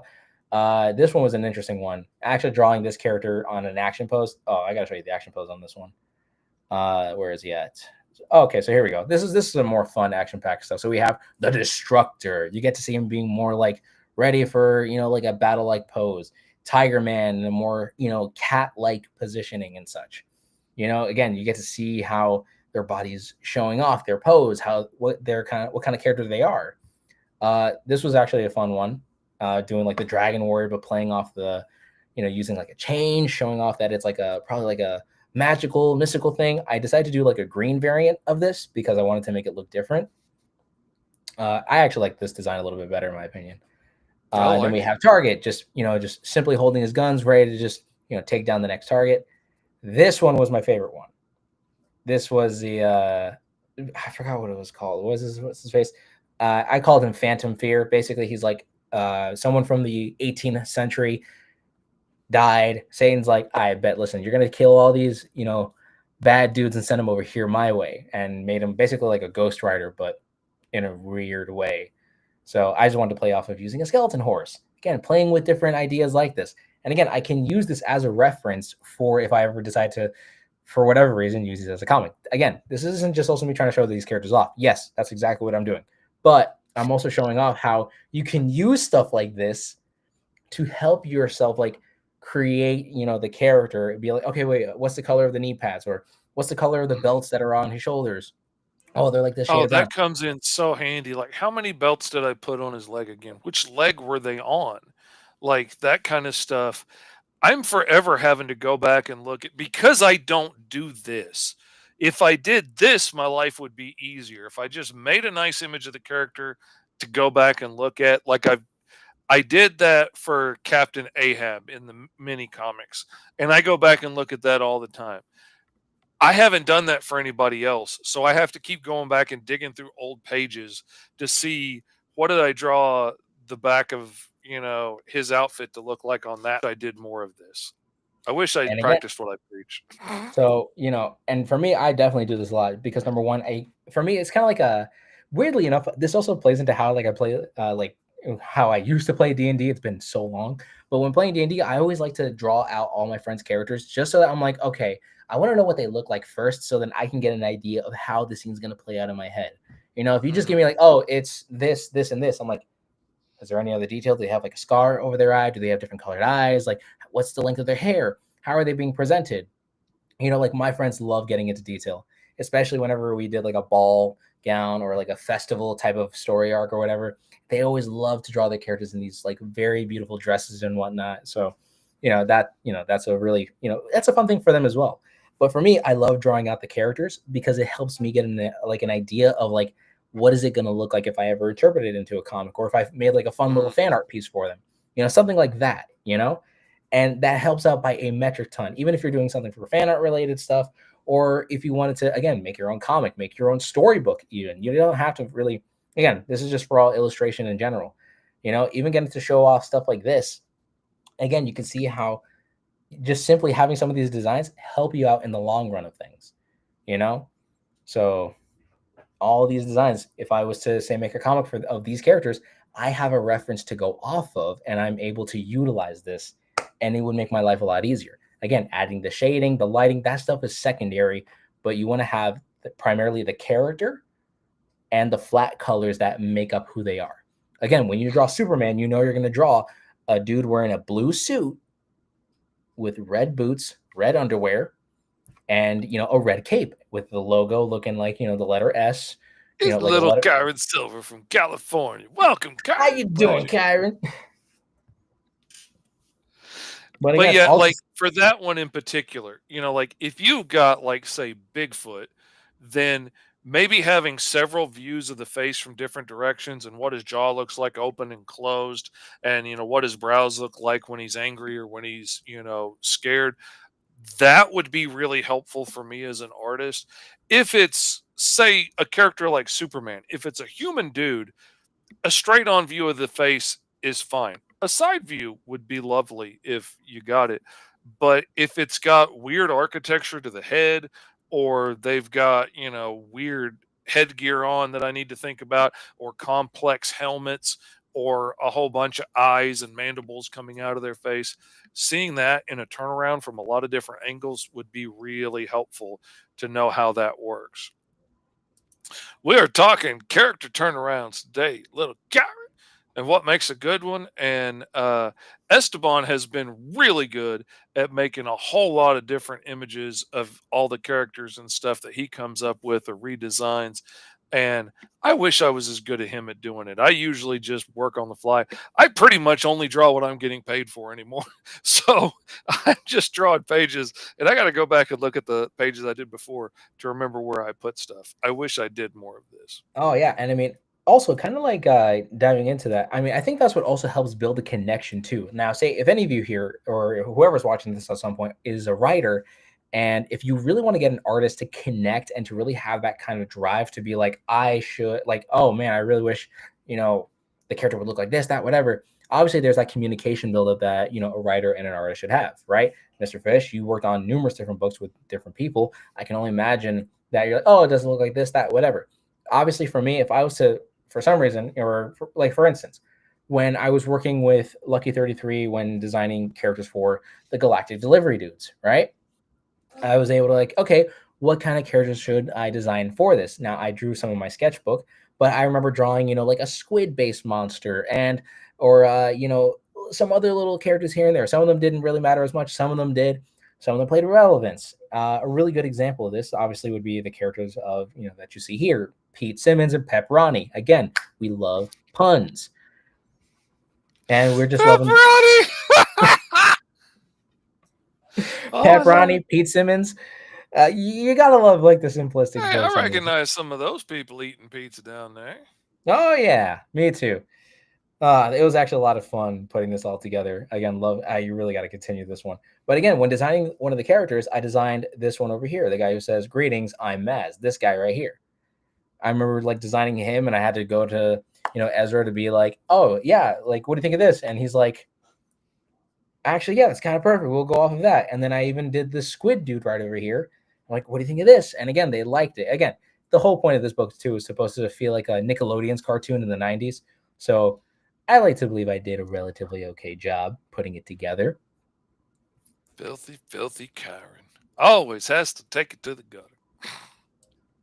New character sheets are always appreciated. I mean, true, true. I mean, that also depends on what kind of character you're drawing. If it's a dude, it's a dude. If it's a The chick, I mean, whoa, Adventures of listen, Nakey Man. listen, I get it. That's the Hey, it helps powers out a of being lot. Plus, naked in public. it's like you get to do those character customizations. Like you have the nude model, and then you put the clothing on said character. It's like dressing them up. You always love to do that. It's like paper dolls back in the day. I can dig. Exactly. And again, and even design. Oh my gosh! Wait, let me show this off here. What's it called? Bum. This is a really good one. So at some point, if I ever continue on with the Galactic Delivery Dudes, this is the truck that I have in mind here. Right. This is the car that they drive. His name is Skit. Right. It's also a play on words of like Kit from Knight Rider, but Skit, skirt. I Mhm. don't know. I was trying to be funny here. So like for instance, I saw like the size of the truck. Like what would it look like? Would it have this? Would it have the words of Planet Pepperoni, which is like the established business? This is like what the side of the car looks like. This is like the different head styles of it. And the car in this comic talks. It's a talking car, but he's like a defective one. So like he has like broken speech. But you can see how like the windshield wipers. So then I made like a little note over here. It's like the windshield wipers as eyebrows. So it I love helps that idea. emote the face of the car and how it's feeling, you know? Hmm. And actually, I showed off what I was originally going to use. It was like a more 1950s style kind of a, like, rocket car. But, I was like, probably not. And then from there, I also decided to play on the idea of like, what if it was a transformer? What if like there was a situation where they were going to like have to fight something, but they didn't know what to do. And all of a sudden it turns out that the car could transform. So I took the idea into consideration. Like, okay, for instance, the head of the car when at first when you're driving it looks like this, but what if it was the torso? And then maybe we get the sides of the car over here, and then making that like the shoulder pads, getting to show off like the square build of the car, something like that. And trying to find a way to incorporate, like the head structure. And then I actually have the more official design of that character right over here. Oh, wrong one. Transforms into robotic pizza delivery, dude. Exactly. And then I played on the idea of like what would it so of course I had to make it look like a pizza delivery guy. The hat, it wears like a little hat with the logo on it, has like, the weird like generation 1 Transformers, side vent face pieces. Hmm. Very simplistic in design. Again, because I honestly I love generation 1 Transformers designs in general because they're very, very simple and they're very fun. And to me, this is also like one of the most exciting ideas or like the little designs for this that I really had for it. And I mean, not only that, I also had to come up with other characters for it. Obviously, you're gonna have your main characters. So for me, that wasn't really difficult. Designing the main characters because I had them for quite a long time. We have again the human Pete Simmons and his best friend Pepperondi. You know, I love the design overall. They're very simplistic characters, and not only that, the only difference being is like one has hair, one is bald, and also one's green, the other one's a human. So makes sense. One of my favorite concepts was having to design, outside of the truck, I designed maybe their bosses, like you have Tony Ziza, who's like the chef, who's like, hey, I'm making the food out here. And you have Dobert, who's like their supposed like actual boss. Now, obviously, I don't think this is went officially through because this was stuff that my brother helped me out later on with. And then we came up with like different enemies that they would have to encounter. We have Captain Black Olive, who's like this pirate captain who's trying to steal their pizza or whatever because it's the best in the galaxy. Then you have Sizzling Sandra, who is like this taco looking, you know, enchilada lady or something like that. And then you have the appliance armada leader. This was it the samurai slicer. Just getting to play with those little ideas. It's just ridiculous. You got to have a little fun with designing some characters and whatnot. It also depends, I guess, on the tone and of like what your story is. Another fun example is the Meatball Menace. A giant planet made of meatball, a meatball sized planet, a meatball that's the size of a planet is what I meant to say. And then you have the chicken teriyaki kaiju. It's all ridiculous. It's all funny, but stuff like that does kind of play importance to it. Now, again, these are just rough sketches, but imagine if I took the time to really look into this and flatten out the colors. I can take this exact, thing and again use it as a means of referencing it and drawing it over and over and over again. Hmm. Ooh, I'm talking too much. Jaw's gonna be sore by the end of it. Okay, there we go. Any other thoughts, opinions, and everything else in between? Man, you have got such a plethora of characters designed. And I mean, honestly, if I go back and start digging through all of the random characters that I rolled up and drew, like on my TikTok, that's a lot of characters. But True. I'm really impressed with the amount of work you've been putting into that, man. It is, I am, I am really impressed with it, man. I really am. I got to Thank you. tell you. Great character designs, all nice and clear. If somebody could give me that to work off of, I would be happy as a clam. That would just be lovely. It's nice, it's clean, it's clear, it's to the point. It shows all the details that need to be seen. That's the kind of stuff that you need in a character design. You can go overboard and put lots of extra stuff in there, but you need the details. And, you know, knowing who the character is, what they look like, what can they do, that's what I need from a client to be able to give you a cool comic book. And so that's the kind of thing that's good to put in there. And as somebody who's constantly having to go back and look through his old comic books and go through old drives to try and find images of this one guy from behind that one time in that one book, so I know what the back of his outfit looks like. I wish I did more of this. I'm telling you to do what I say and not what I do. Do what he do, not what I do, because he does a much better job of that than I do. And again, it just plays into the maximum efficiency of just getting your stuff done. Sketches are really nice, totally fun too. Yeah, and I mean, for me, my whole thing is I gotta have fun putting the whole thing together. You know, like if you're not having any fun putting together, you know, the character or getting to like compile the different ideas of what the character's gonna wear, you know, then it's like you're only just kind of creating, again, at this point, kind of like what Kyra's been saying, just like a nude model, and you just have them dress up and that's it, you know. But I think there's like something more to it when you get to know their personality type, when you get to know, like, okay, say for instance someone's more doom and gloom, what are they going to wear? They're going to wear probably some black, they're going to wear maybe some weird things to Oh probably, man. you know, shout that out, you know. Or again, maybe they're feeling happier and cheery than a clam, you know, what are they going to wear? Are they going to wear a sundress? Are they going to wear something bright, colorful, stuff like that? So if you know the personality of the character, then the clothing is actually going to have just as much of an impact, you know. Again, a good example of this is like Danny Phantom. If you ever saw the character designs of Danny Phantom, Danny wears like a fairly generic type of stuff that feels, you know, relatable to everyone. We all wear a jean and t-shirts, you know, we all are like that. But then you have his side characters that also have very much like larger personalities, like his love interest, Sam, you know, who is a goth girl essentially, black hair, wears a lot of black clothing, the boots, the skirts, you know. You see her design, it's like, oh, you can kind of tell what kind of person she is. She tries to view things as doom and gloom, and it's like saddening or whatever. But then she has more character personality to him. Again, his best friend Tucker, he's a tech guy. It was the early 2000s, so technology was weird, you know. So it's like getting to play into those design elements and getting to, you know, understand the character through their personality and what they wear is a really important factor, you know. Yeah, this is you made me think of this character that I've got that I've been dying to use for 30 years, Rage.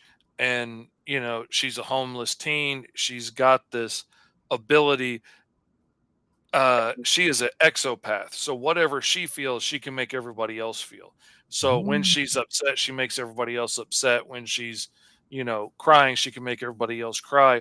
But also, like, if she burns herself with a cigarette, she can make you burst into flames. Like, she can amplify what she's feeling into other people and just make it like 100 times worse.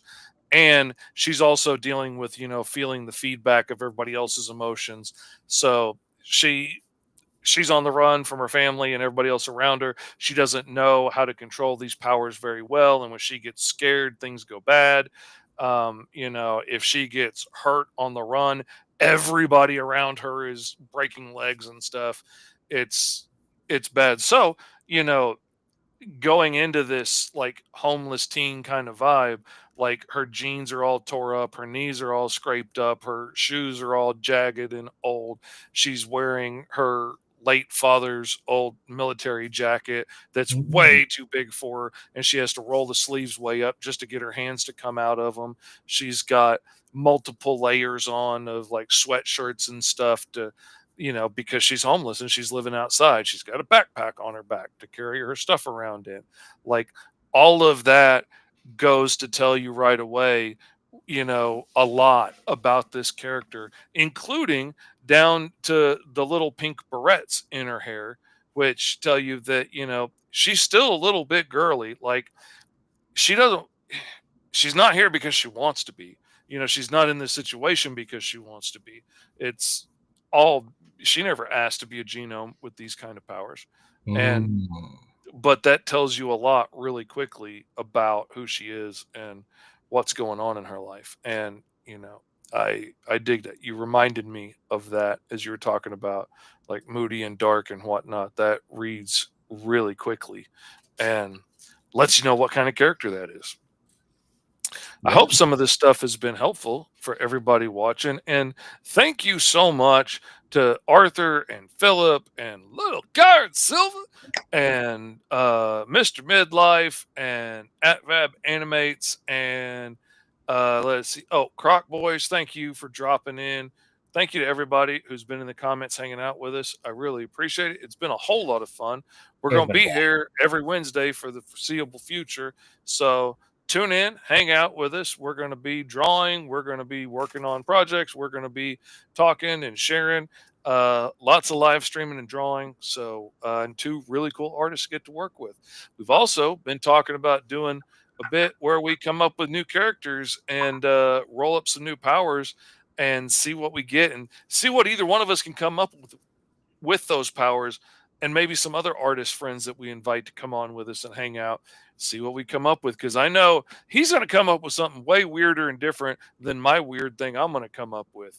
Because I mean, this is my wheelhouse. I love rolling up random stuff, and I that was my favorite thing about doing superhero games. Other people always want to like, well, I want to make Iceman, so I want my powers to be this, this, and this. And I'm like, okay, we can do that. I'm like, but what if you wound up with like able to generate ice and super speed and generate anti gravity? What would you do with that? That could get really weird and really cool. I So, I agree. mean, I loved getting random stuff rolled up and like, how am I going to make this work and seem cohesive? And it gets darker and weirder sometimes. Uh, One guy ended up with like 50 hands, but it's, I mean, it also challenges creativity too when you're forcing yourself to like roll up a character concept. You know, like when you have mhm. to roll stats up or whatever, it's at the mercy of either the dice, the generator, or whatever. And now your goal is to try to take this exact concept and basically make a whole character out of it. Again, I actually did a video on my secondary channel, but on that second channel, did a thing where I rolled for a hero, and this character had reality warping powers, but also had the ability to shapeshift, and was a former spy now turned superhero. And then I had to justify like, what does this character shapeshift into? And then I decided like, oh, she's like a Beast Boy character. She shape shifts. Try saying that 5 times fast. Careful. I You know want this to, you character want to get happens to be, monetized now. I know, right? I'm actually just now reaching that threshold. But this character now has the ability to, shapeshift into different animals. And maybe she wears this power armor, and this power armor has to like fit her. So when she transforms into an animal of some kind, she Hmm. warps reality to let the suit stay on her. So when she turns into a giant T-Rex, you'll still see like an armored T-Rex. If you see her like as a bear, so on and so And forth. that's a cool opportunity to have those like magic fabrics like we talked about. If you can warp reality, you can have that perfectly skin tight, you know, suit that's indestructible but doesn't show wrinkles, and like you can do that. And then you can have other characters that are more janky and have homemade gear, and and show the juxtaposition. Um, well, that's not showing anything. Hold on. Why is that not showing anything? Let me try different It is screens. nothing more than the void of our own minds. That wasn't it. That turned me off. Okay. That's not showing for some reason. I got it over there. And a Why? happy birthday to Arthur. I didn't know it was your birthday. Thank you for Oh, happy celebrating your birthday birthday, with man. us, man. Yeah, He's it's not showing for some reason. I don't know why it's not showing. Um, I'm But gonna yeah, try one more but what's it time. called? But I was gonna say, like on my side of things, I'm gonna try to start, my new series roll for here. I made my own custom Lego dice tower, so I can't wait to see what other fun characters I get to roll up. I'm gonna create like a whole like cinematic universe, like movie poster with all the characters I'm gonna roll up. I'm gonna make like Oh 10 man. and then make like a whole poster. Hey, maybe you know what? Because I took like the old videos, I'm kind of like re-uploading them and whatnot. But when I do like a new set of these, you should totally like follow along. Probably do your rendition on the character and whatnot. Oh, that would be so much fun. I would love to do that. Oh my god, yeah! Um, Just do a response, a giant turkey man. Yeah, this was a character that I randomly rolled up. This was one of the last ones I did on my morning sketches before I got too busy and quit doing them. But I got like, mutant somebody it was a failed scientific experiment that had the powers of winged flight and like a vulture and something else I can't remember. And so like that was what I came up with.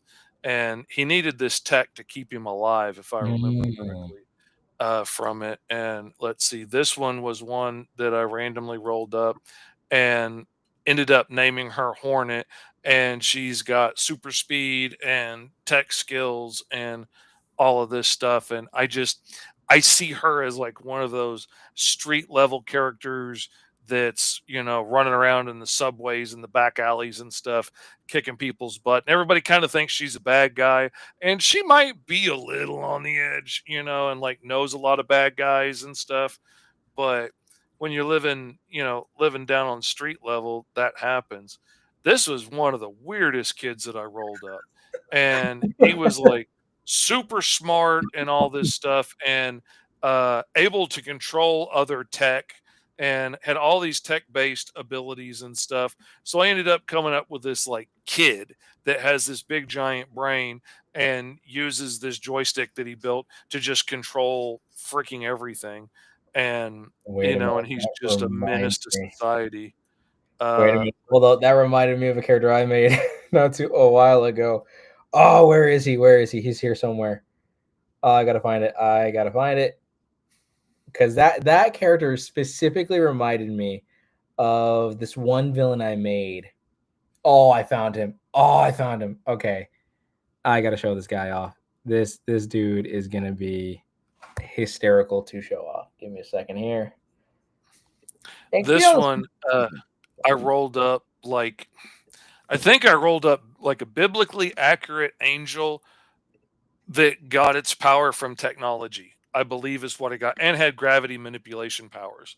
So ooh, I ended up designing this six-winged monster with all of these sensors all over it, and it ended up with like this rings of rocks that it's spinning around it in orbit around it. And I ended up animating it at the end. I had the rocks spinning around and everything, and ooh. it was really I don't cool. know if I don't know if it's able to show my screen because when you showed off your little brainiac kid character there, Yeah. I had to show this one dude off. Let's see, Yeah, is here we it? go.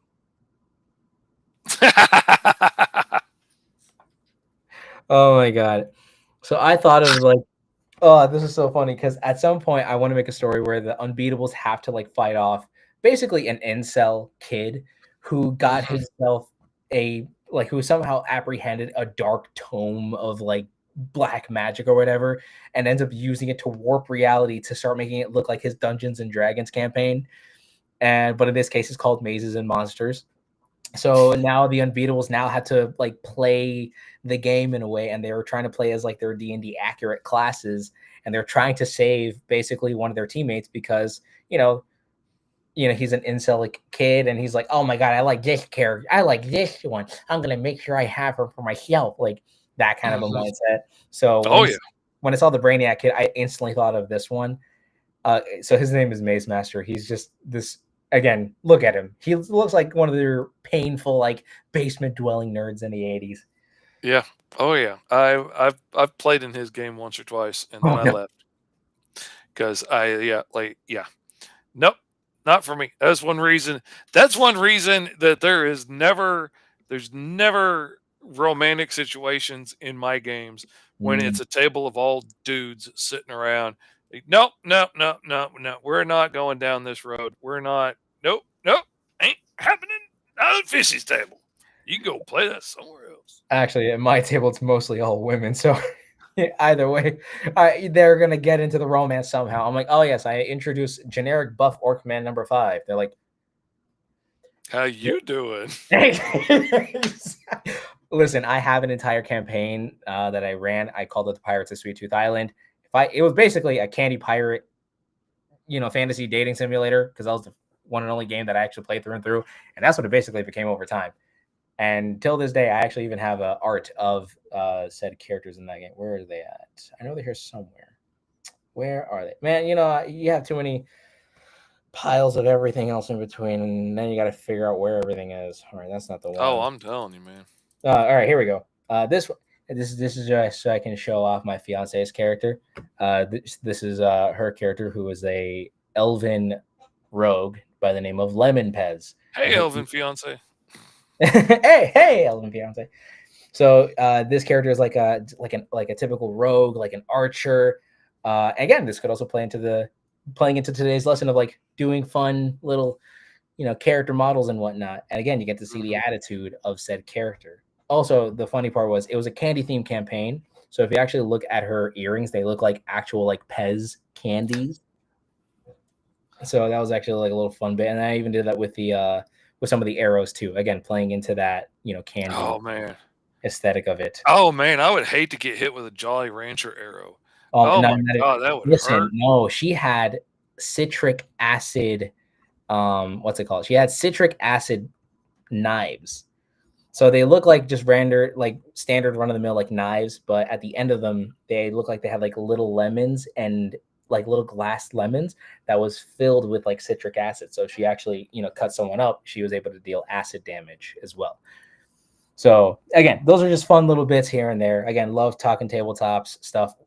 Honestly, when I make my next roll for hero video, I would love to see your rendition of like the character I roll up, and then kind of see your take on that, because that would Oh be man, awesome. absolutely. I would love to. Yeah, we need to you need to send me what you roll up when you get it. When you get that, send it to me and I'll do a drawing for it. Oh, Cuz it's gonna be awesome. I need to get back to doing more of those drawings. It was so much fun and I miss doing it. And I and like I said, I really don't do any drawing just for myself anymore. I don't do anything that I'm not getting paid for anymore cuz I'm working all day. So other than the stuff that we scribble out on this, it's essentially all just work, which is great. I get to draw comic books for a living. That's how I paid for my house. It's awesome. I'm trying to get But it would be nice to be able to do some stuff for fun again.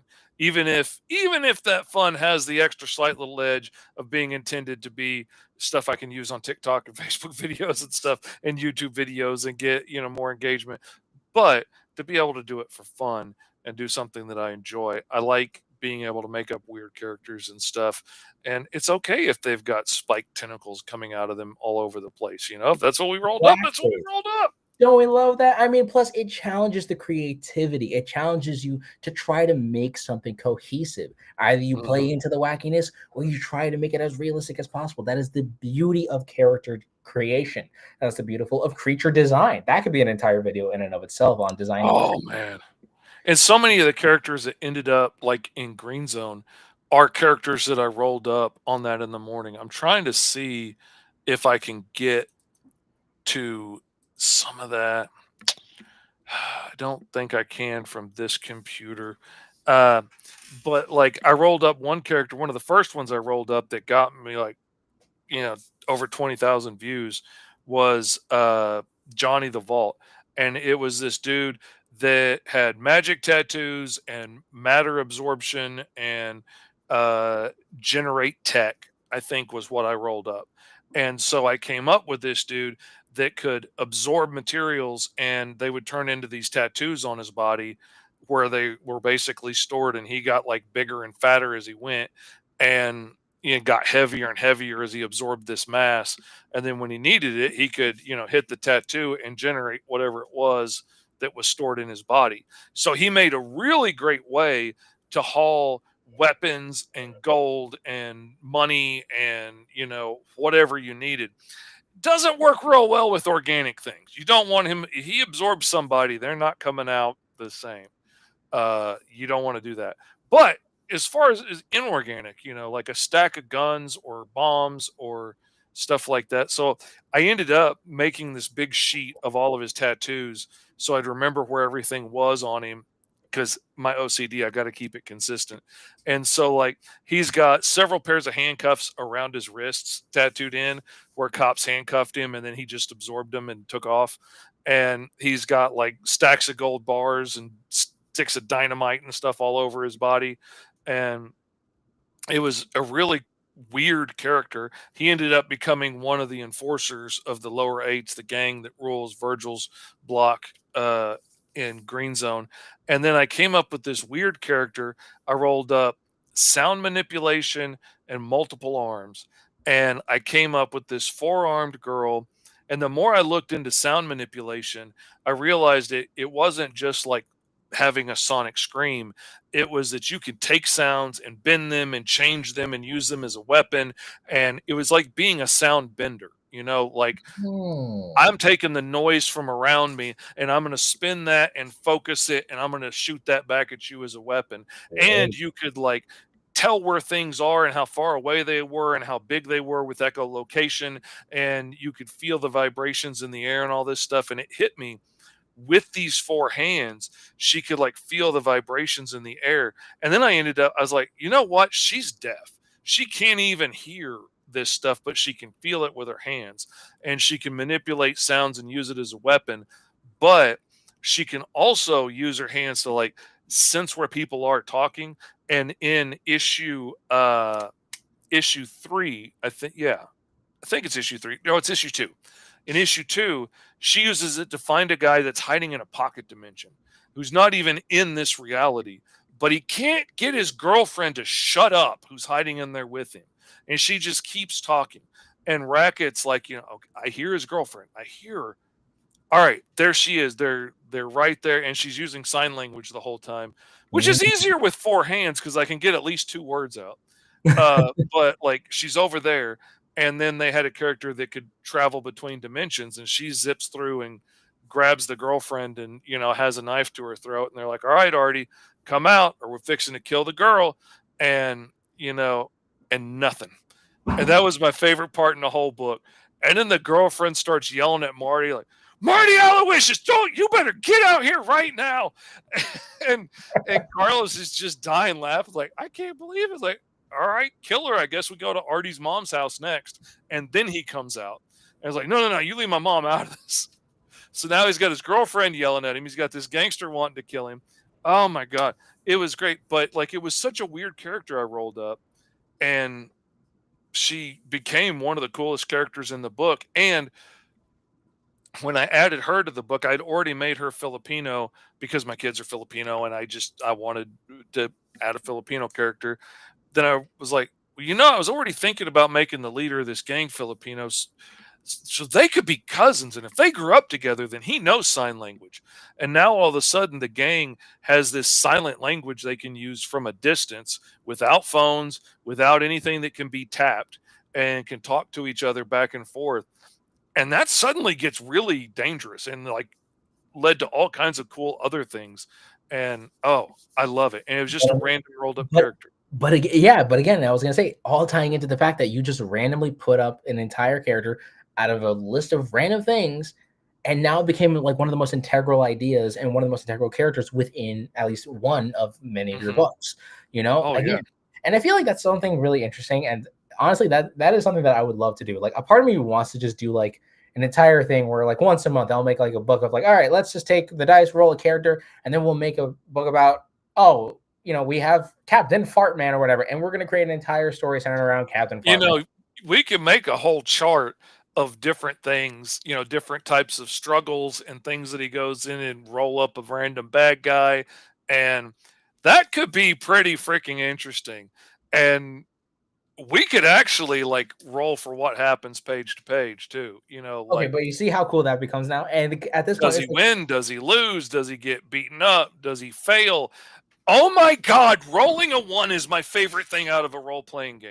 like, The funniest, most memorable things that ever happened to my kids. For those of you who don't know, my kids grew up playing my superhero RPG. I've been running this thing for over 30 years. My kids are in their 20s at their best now. So their whole life they've grown up playing this game, and they've always been playing basically the same characters most of the time.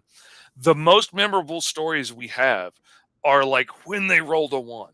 Like, my one kid is a weapons master, but essentially he's Hawkeye. He uses a lot of trick arrows. And they were fighting this guy that I told them all the information they needed to know this guy was psychic and that, he could project hallucinations and stuff, but they never put any of those bits and pieces together. And they're looking for him and they're fighting, and suddenly they're attacked by this giant poop monster in the sewer. And they're throwing everything they can at this monster and they're hitting it with natural 20s. And everything they throw at it goes right through the monster. And then they hear it explode with double damage, like 100 feet down the tunnel. And they never figure out that this thing isn't real. And it keeps coming and they keep getting backed in the corner. My son has gone through all of his rocket assisted armor piercing arrows and all his super explosive arrows and all of his buzzsaw arrows and all of this stuff. And he gets down and he pulls out an acid arrow and he draws back and he rolls a 1. And I was like, oh my God, this could be bad. So I was like, okay, I'm going to give you a shot. Roll a 20 sided to see how this goes for you. Like, how bad does this go? He rolled another 1. I was like, okay, so this goes as bad as it possibly can go. All right. I was like, roll another 20 sided and let's see if it hurts you or somebody around you, like one of your brothers. And I think he rolled like a 2. And I was like, okay. And so I made a quick chart in my head and I rolled. I was like, okay, the acid arrow shatters in your hand and it burns your hand off for X amount of damage. And for an archer to suddenly lose a hand was a big deal.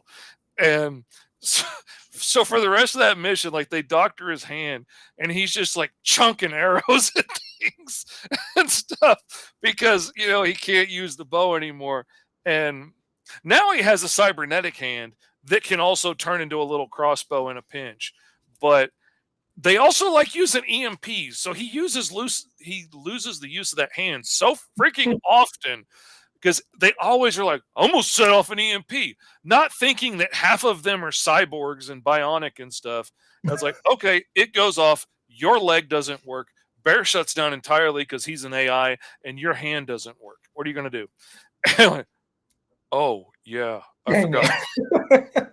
But imagine if this was an actual serialized series. Imagine the intensive depth that would like go into that story. Sure, it's a natural one joke of a situation, but imagine this was like a really in-depth, super intensive superhero series. You've got to make mistakes. Things have to be able to go wrong.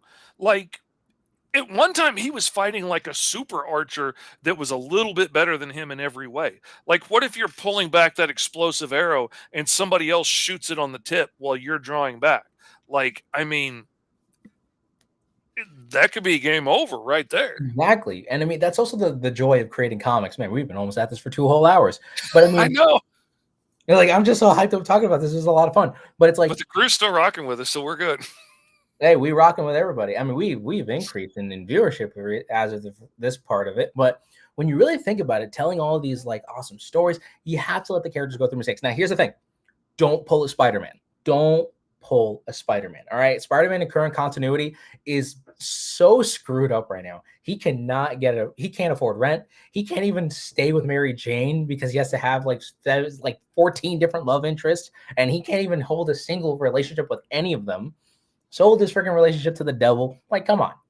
Don't pull a Spider-Man. Let them go through stuff and let them develop, but don't keep punching them down. Let them punch them down, but Arthur's a ride or die. He's going to be here till the end. He's going to be here after the end, waiting to see if we come back on. I know, right? Hey, listen, we're loving it here, man. But all to say, though, let your characters go through mistakes as well. And those mistakes can also help out in the design of the character. Again, comic books are a very visual media. Duh. That's why we're artists talking about this. But when you think about it, when you see a character go through changes, that can actually, help a lot with their overall design. One of the weirdest ways, this is like somehow the most nichest thing I'm about to talk about now. So early 2000s, I don't know which year in particular, but Disney created a game called Epic Mickey. Right? It was like you see him going through this like forgotten cartoon world, and there's a thinner and a paint system, right? You paint things, you take things away, right? So one of the original concepts of the game is that it's a morality system, right? Thinner is like you making a bad choice, paint is using the good choice. So throughout the whole course of the game, you had to make the choice of whether you want to do the good stuff or the bad stuff. But one of the things that the game developers wanted to implement was the idea of creating Mickey or making Mickey look different, right? If you chose nothing but the bad stuff, you got to see this more melted, more, sinister looking Mickey Mouse going throughout the wastelands, just doing his own thing, right? Even going as far as to showing him off like partially, like he was still like in the development sketch phase. If he was a full blown hero, you saw him looking more brighter, like the dark, like the one that he chose most bad choices. He looked darker, more muted in color, very like darkened out. The hero side, very bright, very like heroic in a sense. And then there was one in the middle that wasn't bright, it wasn't dark, it was somewhere like meeting into the middle. And again, like imagine if you were to say take for instance Spider-Man, right? And you kept putting him through amazing heroic situations, you're going to put him in his brighter costume, his classic red and blue. But imagine something bad happens. You can tone down the red, tone down the blue to the point where it can either be muted or, crazily enough, you can put him in his black suit to where he's going through a edgy phase, right? Mhm. So it's like those are some very unique things that you can implement, especially when designing a character throughout the story. Because again, comic books are very visual, and if the costume matters that much, or if anything, what helps distinct a character, what they're going through, sometimes is the design of what they're wearing. If a character is bright and happy, you're always going to depict them wearing something very bright, very colorful, very clean cut, whatever. If they're usually sad, it's not really going to be put together well. Again, best example is when Mr. Fish was showing off the your character, the girl Right. who, yeah, Yeah. The homeless girl. Yeah. the homeless girl. So you got to see how like that was able to work out. So again, all to say though, the story matters, and also so does their design. Now, sometimes you don't need to go as far and be super in depth like that, but a little does go a long way. And if you want to somehow show off their development, you also want to show off, like how the character goes through things. Show those moments in the story. Let the characters make mistakes, let them fall. But to implement that they're falling implies that they rose up somewhere. Hmm. So the One thing that I really like that people don't do enough is I like to be able to see a costume evolve. Like that's something that I love. Like on the new animated Spider-Man series, when he starts out in a homemade costume with like big tubes going to his web shooters and stuff, and then he evolves up into a better suit, and then they try on all kinds of super fancy suits and things, and like that was cool. But like I like seeing Spider-Man limp home in a tore up costume. And I like him having to worry about like how am I going to fix this? I don't have another one to put on. Um like the first time he fights Electro and he has to like build a suit out of a red and blue rubber raft to try and insulate himself from the electricity when he's punching him.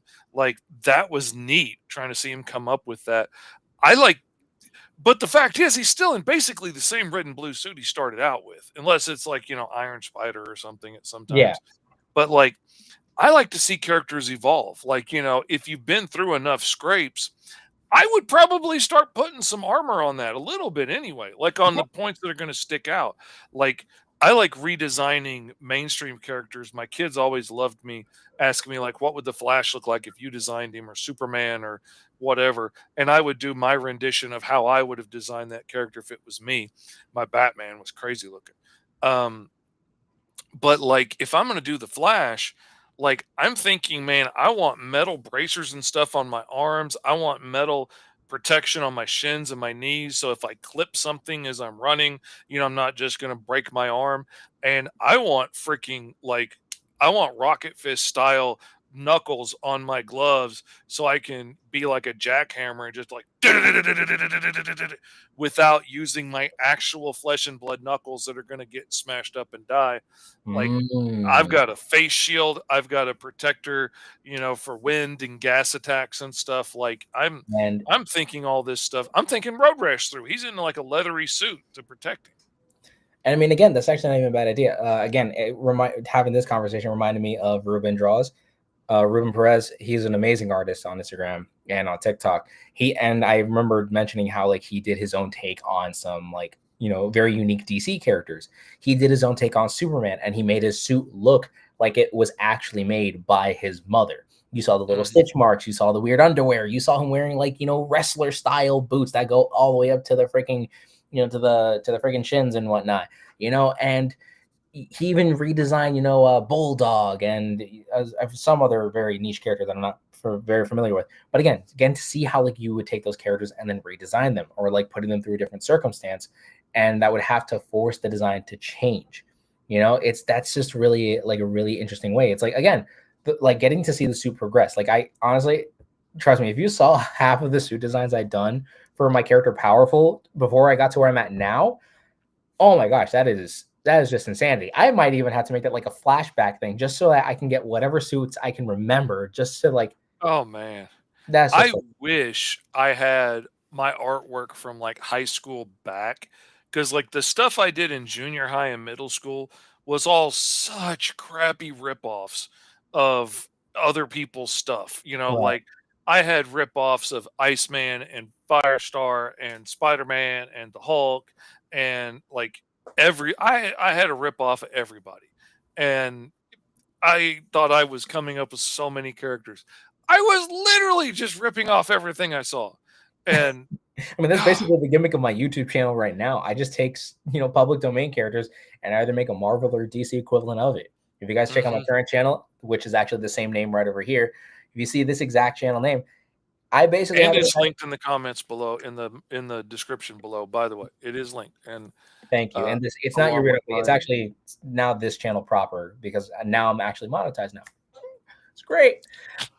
But in that whole like I take all these crazy public domain characters and I try to create them in a very unique, kind of way, or I just kind of make my own like rendition if they lived in the Marvel or in the DC universe, stuff of that kind of caliber. Because again, I loved Marvel, DC, and who knows, maybe one day I might actually create my own entire knockoff DC universe, my entire knockoff Marvel universe, and so on and so forth. So yeah, that's more or less what I do on my channel. I'm also going to start Roll for a Hero and hopefully dive into some other topics, like actually getting to talk about my comics and other endeavors that I want to start pursuing and such. So yeah, that's stuff that you can find over at my channel. Again, this is the actual name of it, Esteban Carrero. If you guys want to go check it out, please do. It'll be great.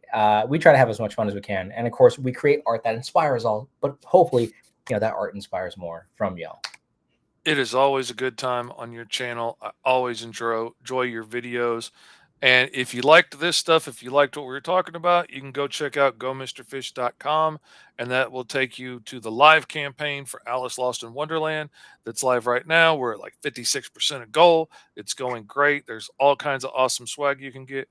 Go check that out, and we will see you next week. Stay So awesome, stay weird, and keep life to the easiest. And never forget that art inspires all, but you can aspire more. And always stay ultra.